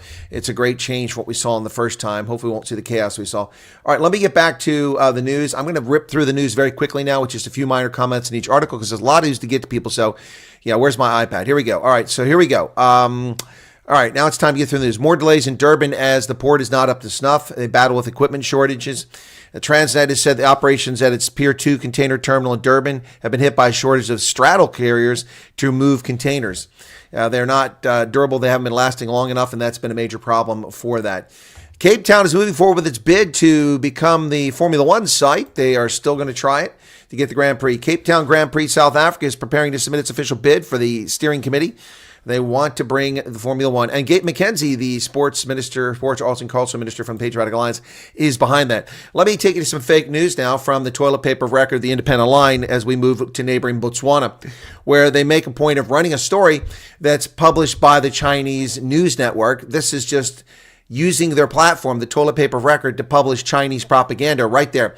You notice they don't publish anything from the Voice of America when the U.S. celebrates 60 years of diplomatic relations with Botswana. We became the first country to recognize them, yada, yada. Nothing. But when the Chinese communists put a propaganda release out from the CGTN, which is a Chinese news agency right there, President Xi and Boko exchanged congratulations on the 50th anniversary of China-Botswana ties. Not even a news story. Not even a news story. This is just purely straight, directly out of the propaganda release from the Chinese communists. And that isn't where it stops, folks. It continues. Chinese communists. Here's a story from Xinhua, the major Chinese news agency, and it's called Year Ender, and an awakened Africa joins hands with Global South to advance modernization. There's nothing stated in here that's actually being done by Africa. But this nonsense, this is a Chinese press release, it's propaganda, and this is what the toilet paper record does.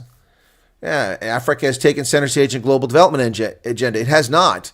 And it runs the whole thing, growth engine of the future. There's no growth engine. Africa is stagnating Rising power of Africa. Africa's not rising in power. It's rising in population, but not power. And there you have. That's the real reason why we're seeing this article. It's propaganda for FOCAC, the Forum on China-Africa Cooperation. That's the Chinese venue to bribe African officials to give China preferential status. Well, the South African Communist Party isn't just upset about the jobs being lost in South Africa. They're also standing in solidarity with Frelimo in neighboring Mozambique. Well, of course they are, because Frelimo also a bunch of communists. So the South African Communist Party is blaming the election chaos on imperialist forces. So no one can be in opposition to the failed Frelimo movement. Wow. South Africa's Communist Party said it stands in solidarity with the people of Mozambique and congratulated Frelimo on its election victory. The problem with that, my friend, is that 43% of the people of Mozambique didn't stand with that election. They stand with the opposition candidate. And that, of course, is Mr. Chapo. No, not the guy from Venezuela or Mexico. Mozambique's Monde says he will return to martyrdom if necessary, days before the inauguration of Frelimo's Chapo. Venancio Mondlane, leader of the protest in Mozambique. No, he's not the leader of the protest in Mozambique. He's leader of the opposition. Wow, that's fake news. Thank you, News 24, Propaganda 24. Well, China's top diplomat makes an African tour while Joe Biden's regime is asleep at the wheel once again. Yep. China's top diplomat began his annual New Year tour of Africa on Sunday, maintaining a 35-year-long tradition to quietly advance Beijing's already sizable influence across the resource-rich continent as Europe's presence wanes and America's wavers. Yes, ours has wavered since Bush left office. Well, a powerful earthquake has struck Tibet and Nepal, killing more than 100 people, probably more. More than 100 people have been killed after a powerful earthquake struck a remote region of Tibet, with tremors felt across the Himalayas in neighboring Nepal, Bhutan, and parts of northern India. The 7.1 magnitude quake struck at 9:05 a.m. at a depth of 10 kilometers and was followed by multiple aftershocks. More news to come on that one, folks. Jean-Marie Le Pen, the father of Marine Le Pen, has passed away at the age of 96. Didn't even realize that he was still around, folks, to be honest. I thought he died a couple years ago. The former paratrooper led the National Front Party for decades and courted controversy at being repeatedly fined for contesting crimes against humanity. The former paratrooper led the party from 1972 until 2011, when it was called the National Front. He's been in a care facility for several weeks and died at midday on Tuesday, surrounded by his loved ones. Wow. He stood for president 5 times and shocked France in 2002 when he knocked the socialist candidate Lionel Jospin out in the first round and found himself against Jacques Chirac in the second round. But Chirac, of course, won with 82% of the vote because of the corrupt French political system. Well, Elon Musk is pissing off European politicians, and it's not just the Brits who are angry at him. Good. Trump allies flooded X with posts criticizing European politicians, causing diplomatic conundrum for the continent's leaders. Yep.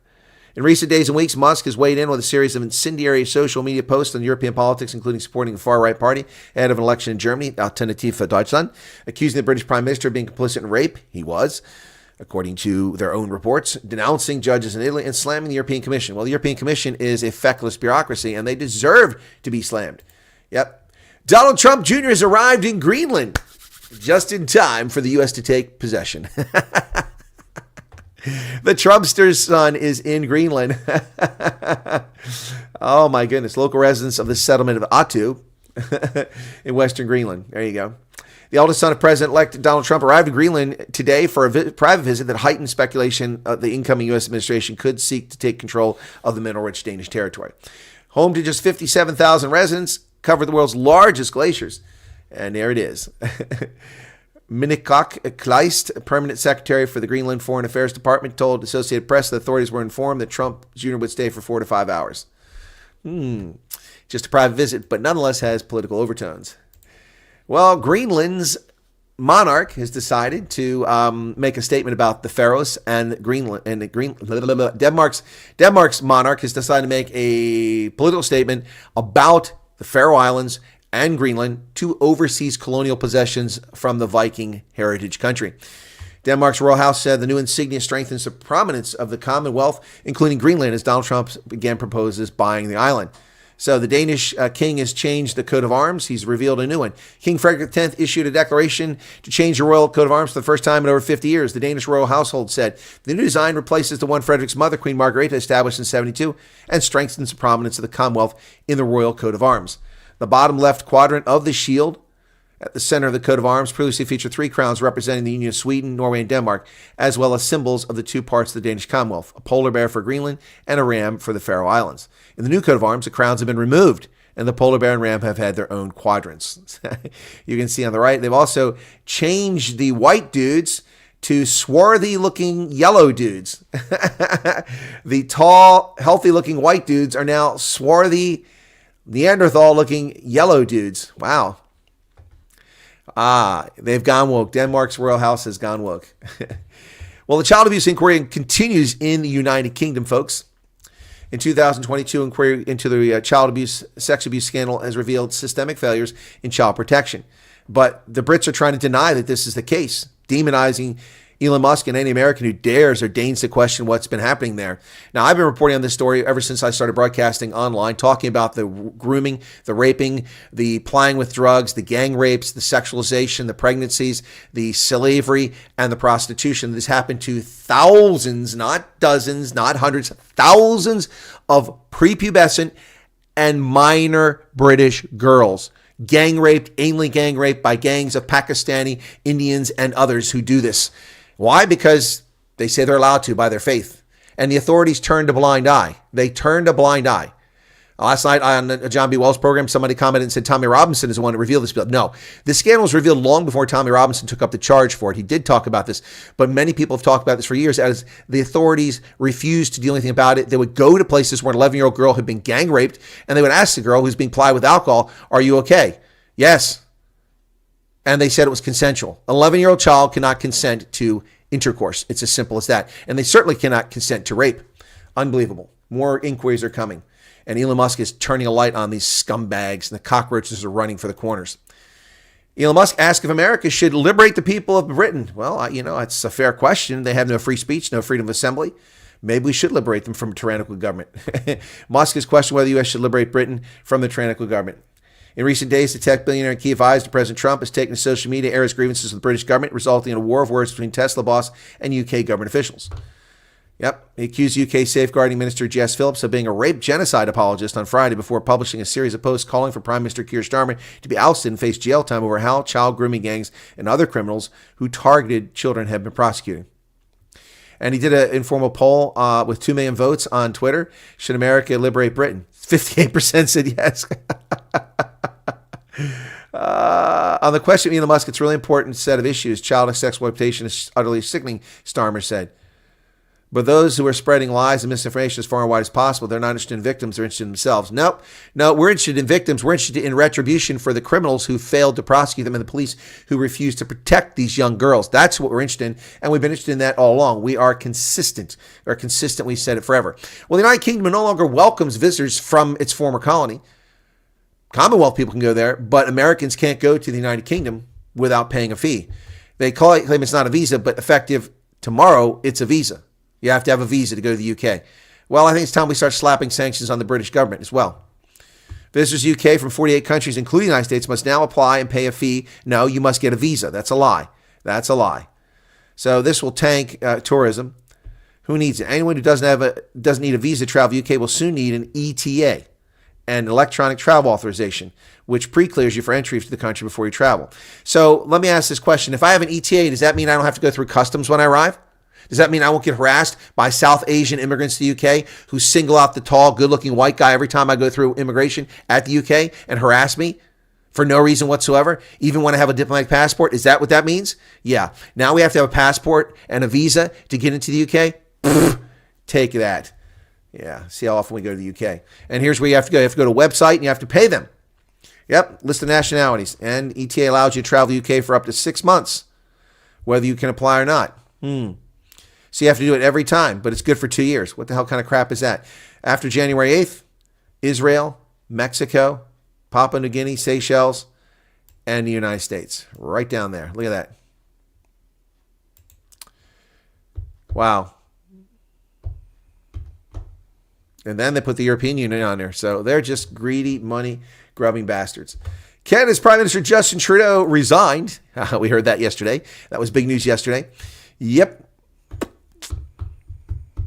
Canadian Prime Minister Justin Trudeau has resigned. What happens now? Well, he's not leaving. He's still the Prime Minister. He's just resigning as the head of his corrupt political party of gangsters. I intend to resign as party leader, as Prime Minister, and after the party selects a new leader afterwards, the 53-year-old jackass told reporters. Then he'll step aside.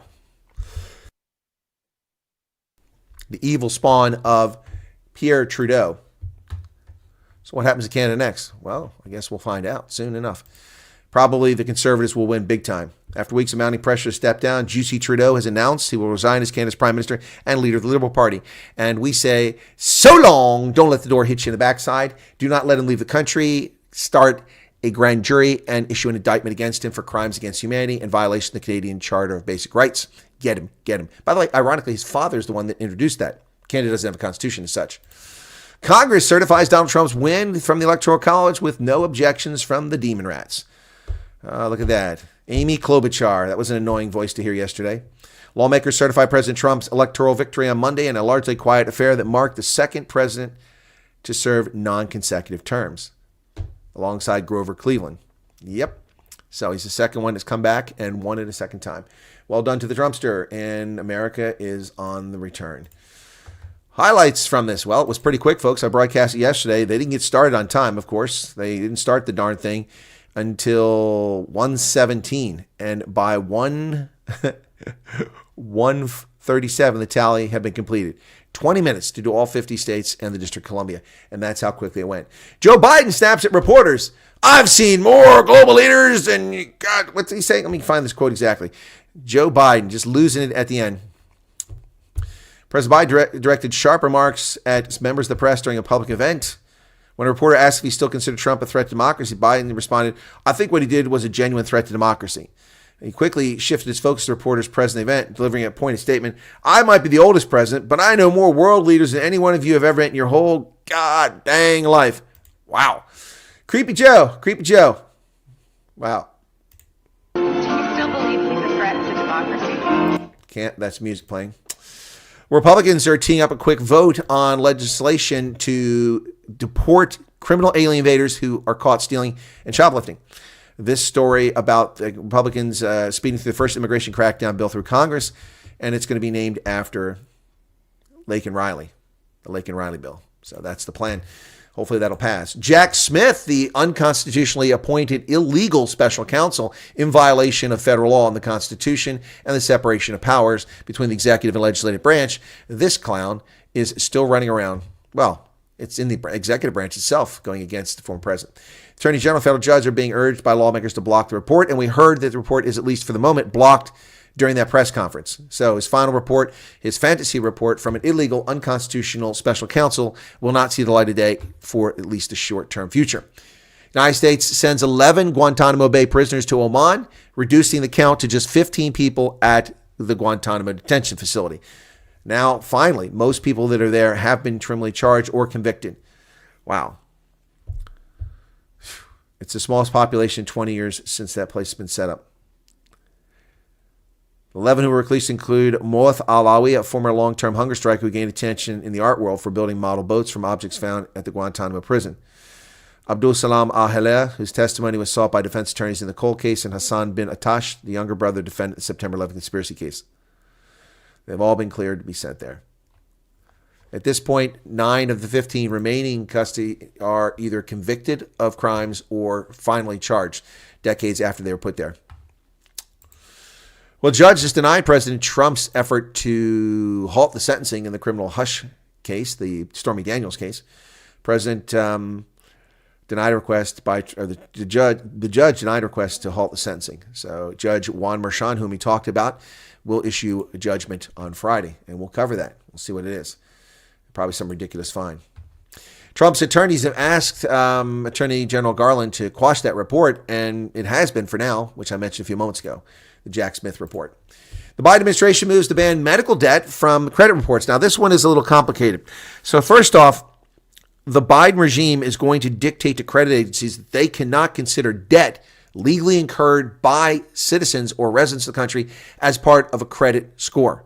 Therefore, you could have a person who has $280,000 in medical bills that they've not paid, and they're buried in debt, paying off thousands of dollars each month. They have less money available to pay for a mortgage or to buy a car, and they cannot consider that when determining their creditworthiness. This will lead to massive credit fraud. This will lead to a collapse in the credit markets at some point, as people who are not creditworthy regardless of why they're not creditworthy. People who are not creditworthy will be extended credit. Can you say subprime mortgage crisis of 2008 all over again, except on a much bigger, massive scale? This is idiotic. Now, the one thing that they should do is that credit debt should not be allowed to be put in a credit report if it's disputed. That would be fair. But this is nonsense. This is another effort that's going to destroy our economy by morons that don't know what they're doing. Future of the new world remains in question because Trump is set to return to the White House, though. The Consumer Financial Protection Bureau, the unconstitutional, illegally constituted, extra-constitutional, extra-legal criminal organization known as the Consumer Financial Protection Bureau, designed and implemented by Pocahontas herself, the fake American Indian, Elizabeth Warren. This thing they're moving to ban medical debt from appearing in credit reports, lifting the credit scores of 15 million people artificially. 15 million people who aren't creditworthy will suddenly be able to borrow money and compete with those of us who are creditworthy, driving up interest rates, driving up the cost of borrowing money. That's what's going to happen. Unbelievable. Yes, but Joe Biden is doing everything he can to facilitate the arrival of the Trump administration, banning 625 million acres of offshore, shutting down credit reporting. Unbelievable. Yes, unbelievable. Well, Indians are slamming the MAGA movement for the whole kerfluffle over H-1B visas. My goodness. The so-called civil war among supporters of President-elect Trump over H-1B visas this past week spiked a sharp reaction to accusations of racism by commentators in India. Newspaper columns and social media posts decried what they characterized as a racist backlash against legal Indian workers in the American high-tech industry. Well, the H-1B visa program is one that Indians benefit from. For decades, they've allowed thousands, hundreds of thousands of computer programs and other high school workers from India to work in the United States on a temporary basis. In 2023, Indians made up more than 70% of all H-1B visa holders. 70%. It's not racist, you slimy, whiny little babies. We let these people come here by the hundreds of thousands. They overstay their welcome. Good Lord. And the program is corrupt to the core. Simple as that. Stop your whining. So here's another example of the abuse of information by Congress. This is from Senator Pocahontas, who has released this letter, which never should have gone to the press, about Pete Hegseth. This demented lunatic who lies about her ethnic origin to get DEI qualified jobs from people who are better qualified than her. That would be Elizabeth Warren, who should be in jail for fraud. But she's in the Senate, and she's going to present a whole list of issues with Pete Hegseth, who will sail through and get the confirmation. But she's going to try to make it bad and try to smear him. So this letter dated January 6th, she gave to the press. It never should be there. Elizabeth Warren, Demon Rat, Massachusetts, from the Banking, Housing, Urban Affairs, Armed Services, Finance, and Special Committee on Aging. Yeah, she should be on aging. She's as ancient as a tree. Mr. Hegseth, congratulations on your nomination. I look forward to your upcoming testimony. Secretary of Defense, yada, yada, yada. I have serious concerns about your qualifications to serve in this role, given your past history, including mismanagement of 2 nonprofit organizations you ran. That would be a characterization from a woman who mismanaged the truth and lied to get government-funded positions to the tune of 6 figures. And that's her opinion. That's not a fact. Your mismanagement of 2 nonprofit organizations, accusations of sexual assault. There are no accusations. There was an incident. There was nothing to it. And drinking problems. Your blatant disregard for the contributions of female service members. That's factually untrue. That's not what he said. He doesn't disregard female service members. What he said is they shouldn't be in combat roles. She's a lying sack of horse manure. Support for war crimes. Oh, shut up. You frickin' funded the war crimes. Your blatant disregard for threats to politicize the military. The military's already politicized, you lunatic. That's the problem. That's why we need Pete Hegseth or Chris Wyatt to be the defense secretary, to end the politicization of the military. You people politicized it. Anyway, it's enough. She runs on this. This never should be in the press. Look at this. Look at this. And she didn't write this. She's not that bright. Look at all these footnotes. Look at all these footnotes for this. And she's citing newspaper articles. Everything here is a newspaper article. Yahoo, The New Yorker, NBC News, Vanity Fair, MSNBC. There isn't anything there that's factual. It's just news reports. And she's citing it. Ugh, unbelievable. This is what passes for intelligent here. She goes back to 1989. Allegation. Look at this. This thing is 33 pages long. She didn't write this. This is disgraceful. How is she supposed to respond to 33 pages of bullshit? Elizabeth Warren needs to be removed from the Senate. She's not qualified. She's a fraud. She shouldn't be there. Well, McDonald's says it will end some of its DEI practices, not all. Under pressure, the fast food chain said it would rename its diversity team the Global Inclusion Team. So that's like used cars, previously owned autos.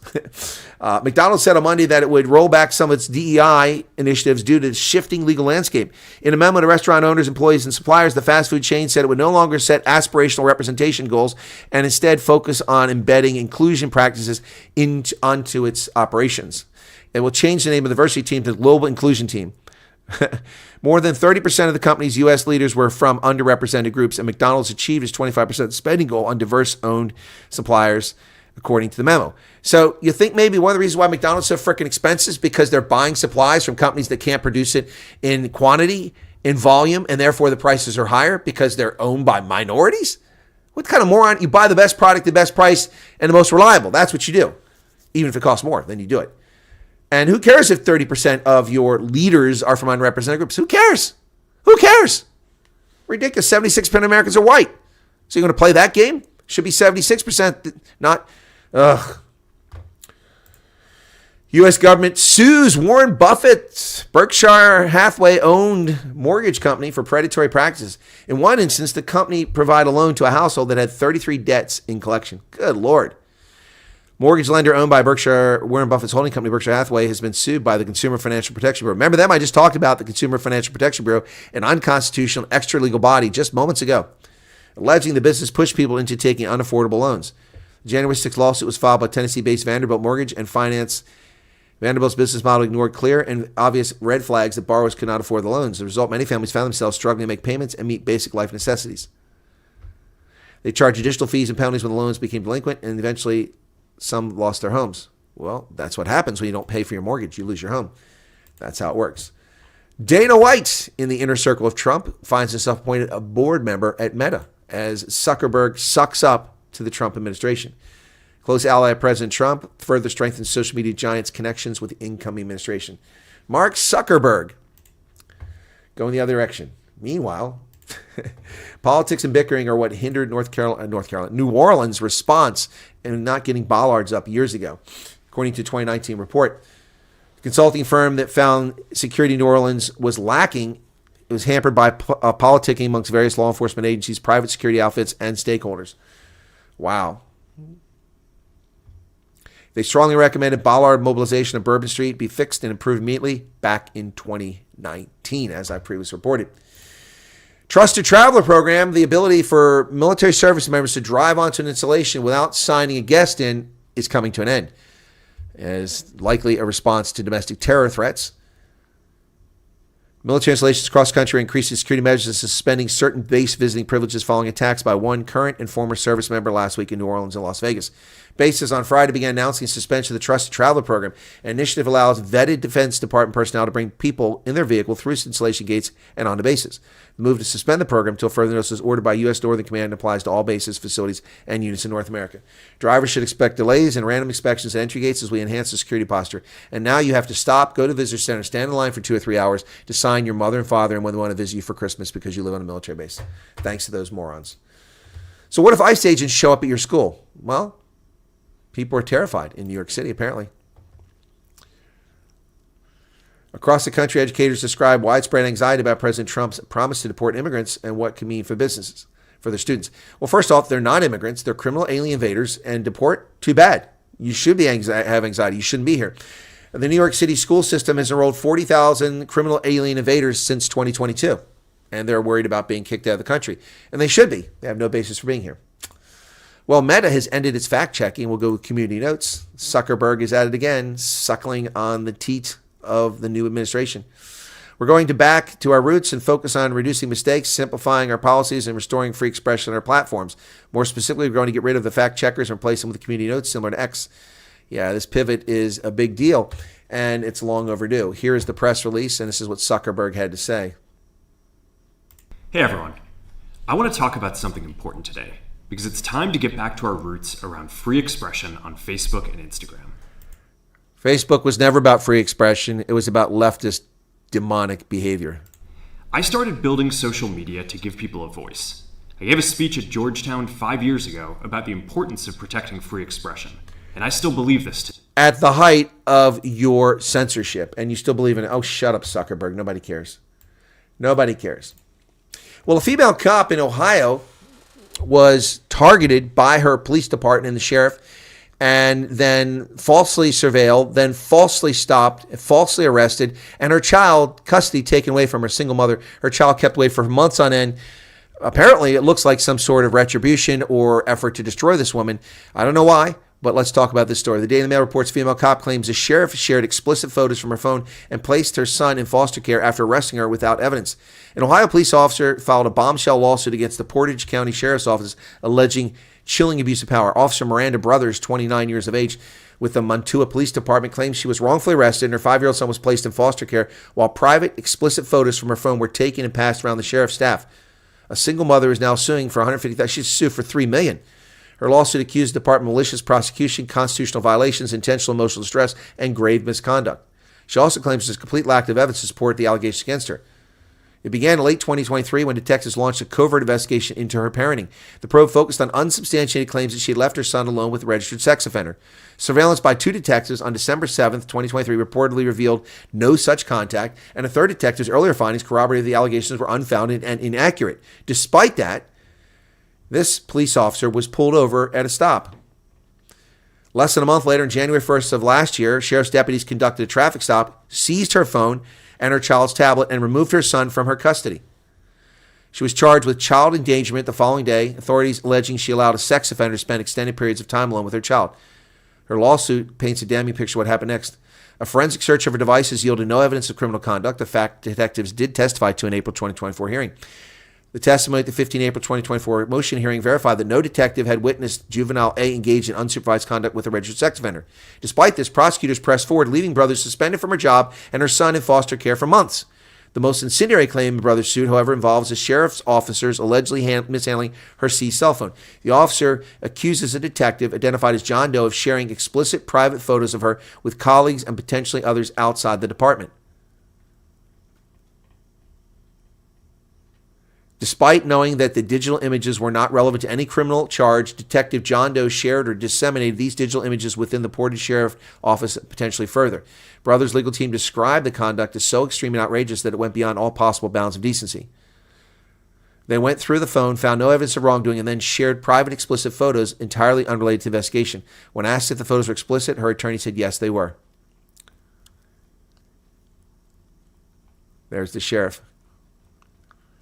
Charges against Brothers were finally dropped in July of 2024, a year and a half after the ordeal began. Or not a year and a half, 7 months after. And she has since returned to duty, but her attorney says the ordeal has left lasting scars. We're still trying to understand why this investigation was even open. Her complaint goes into some details that describes the emotional toll of her experience together with humiliation and devastation, losing custody of her son and having her personal images shared by those sworn to uphold the law. Wow.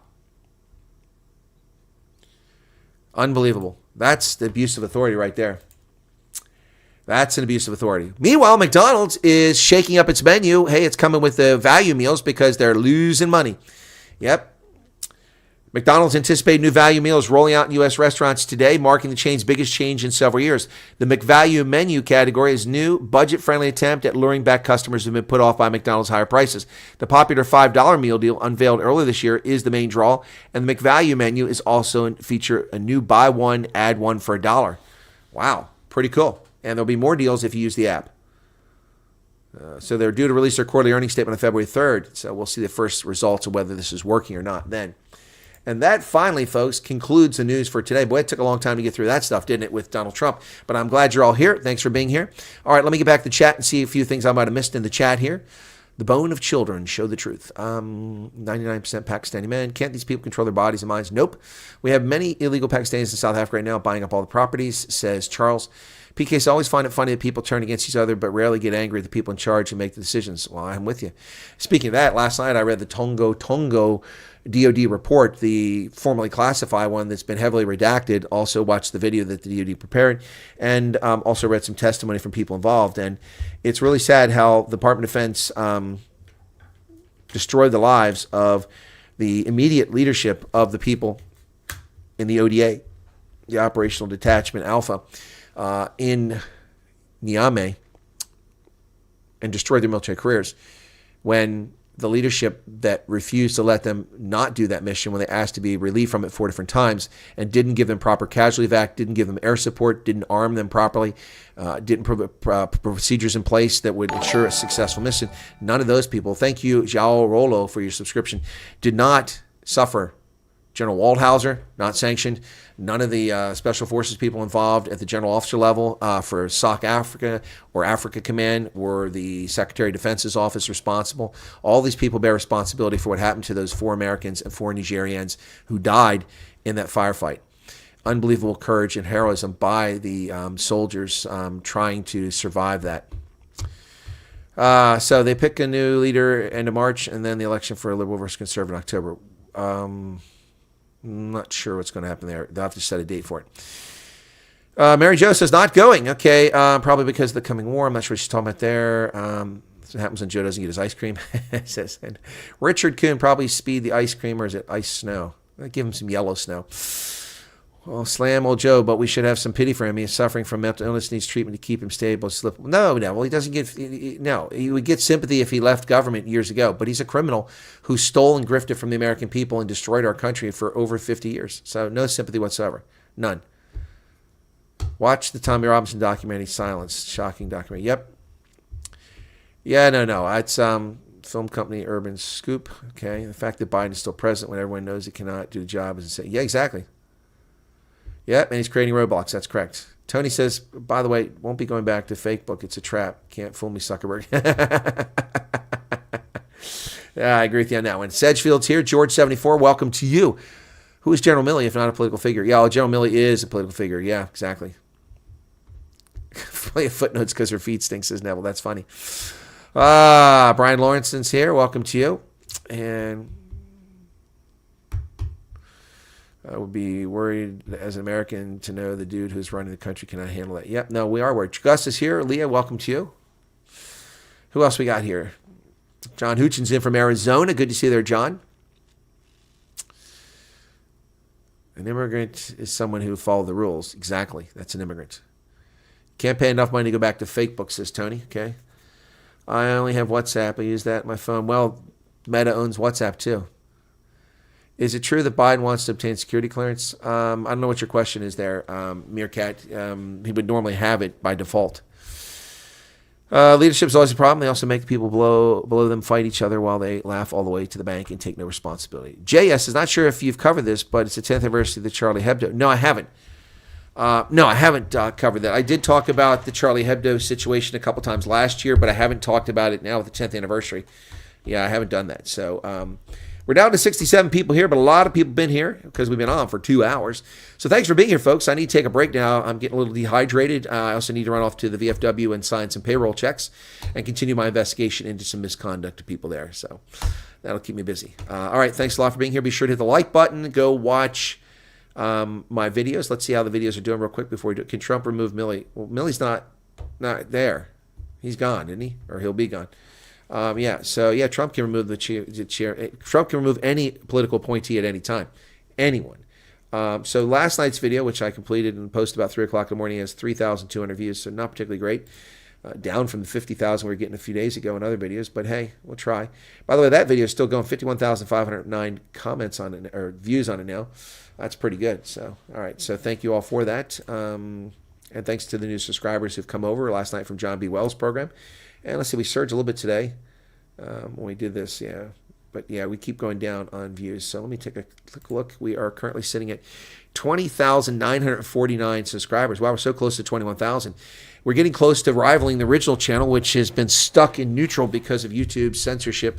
The @Real Chris Wyatt, which covers U.S. politics exclusively, the original channel that I covered everything on before it was sent to the Gulag, that channel's at 21,600. So we are within 650 or 700 subscribers, overtaking my original channel. It's been a long haul from April of 2021 until now, nearly 4 years to get back to what I reached in just 5 months the first time.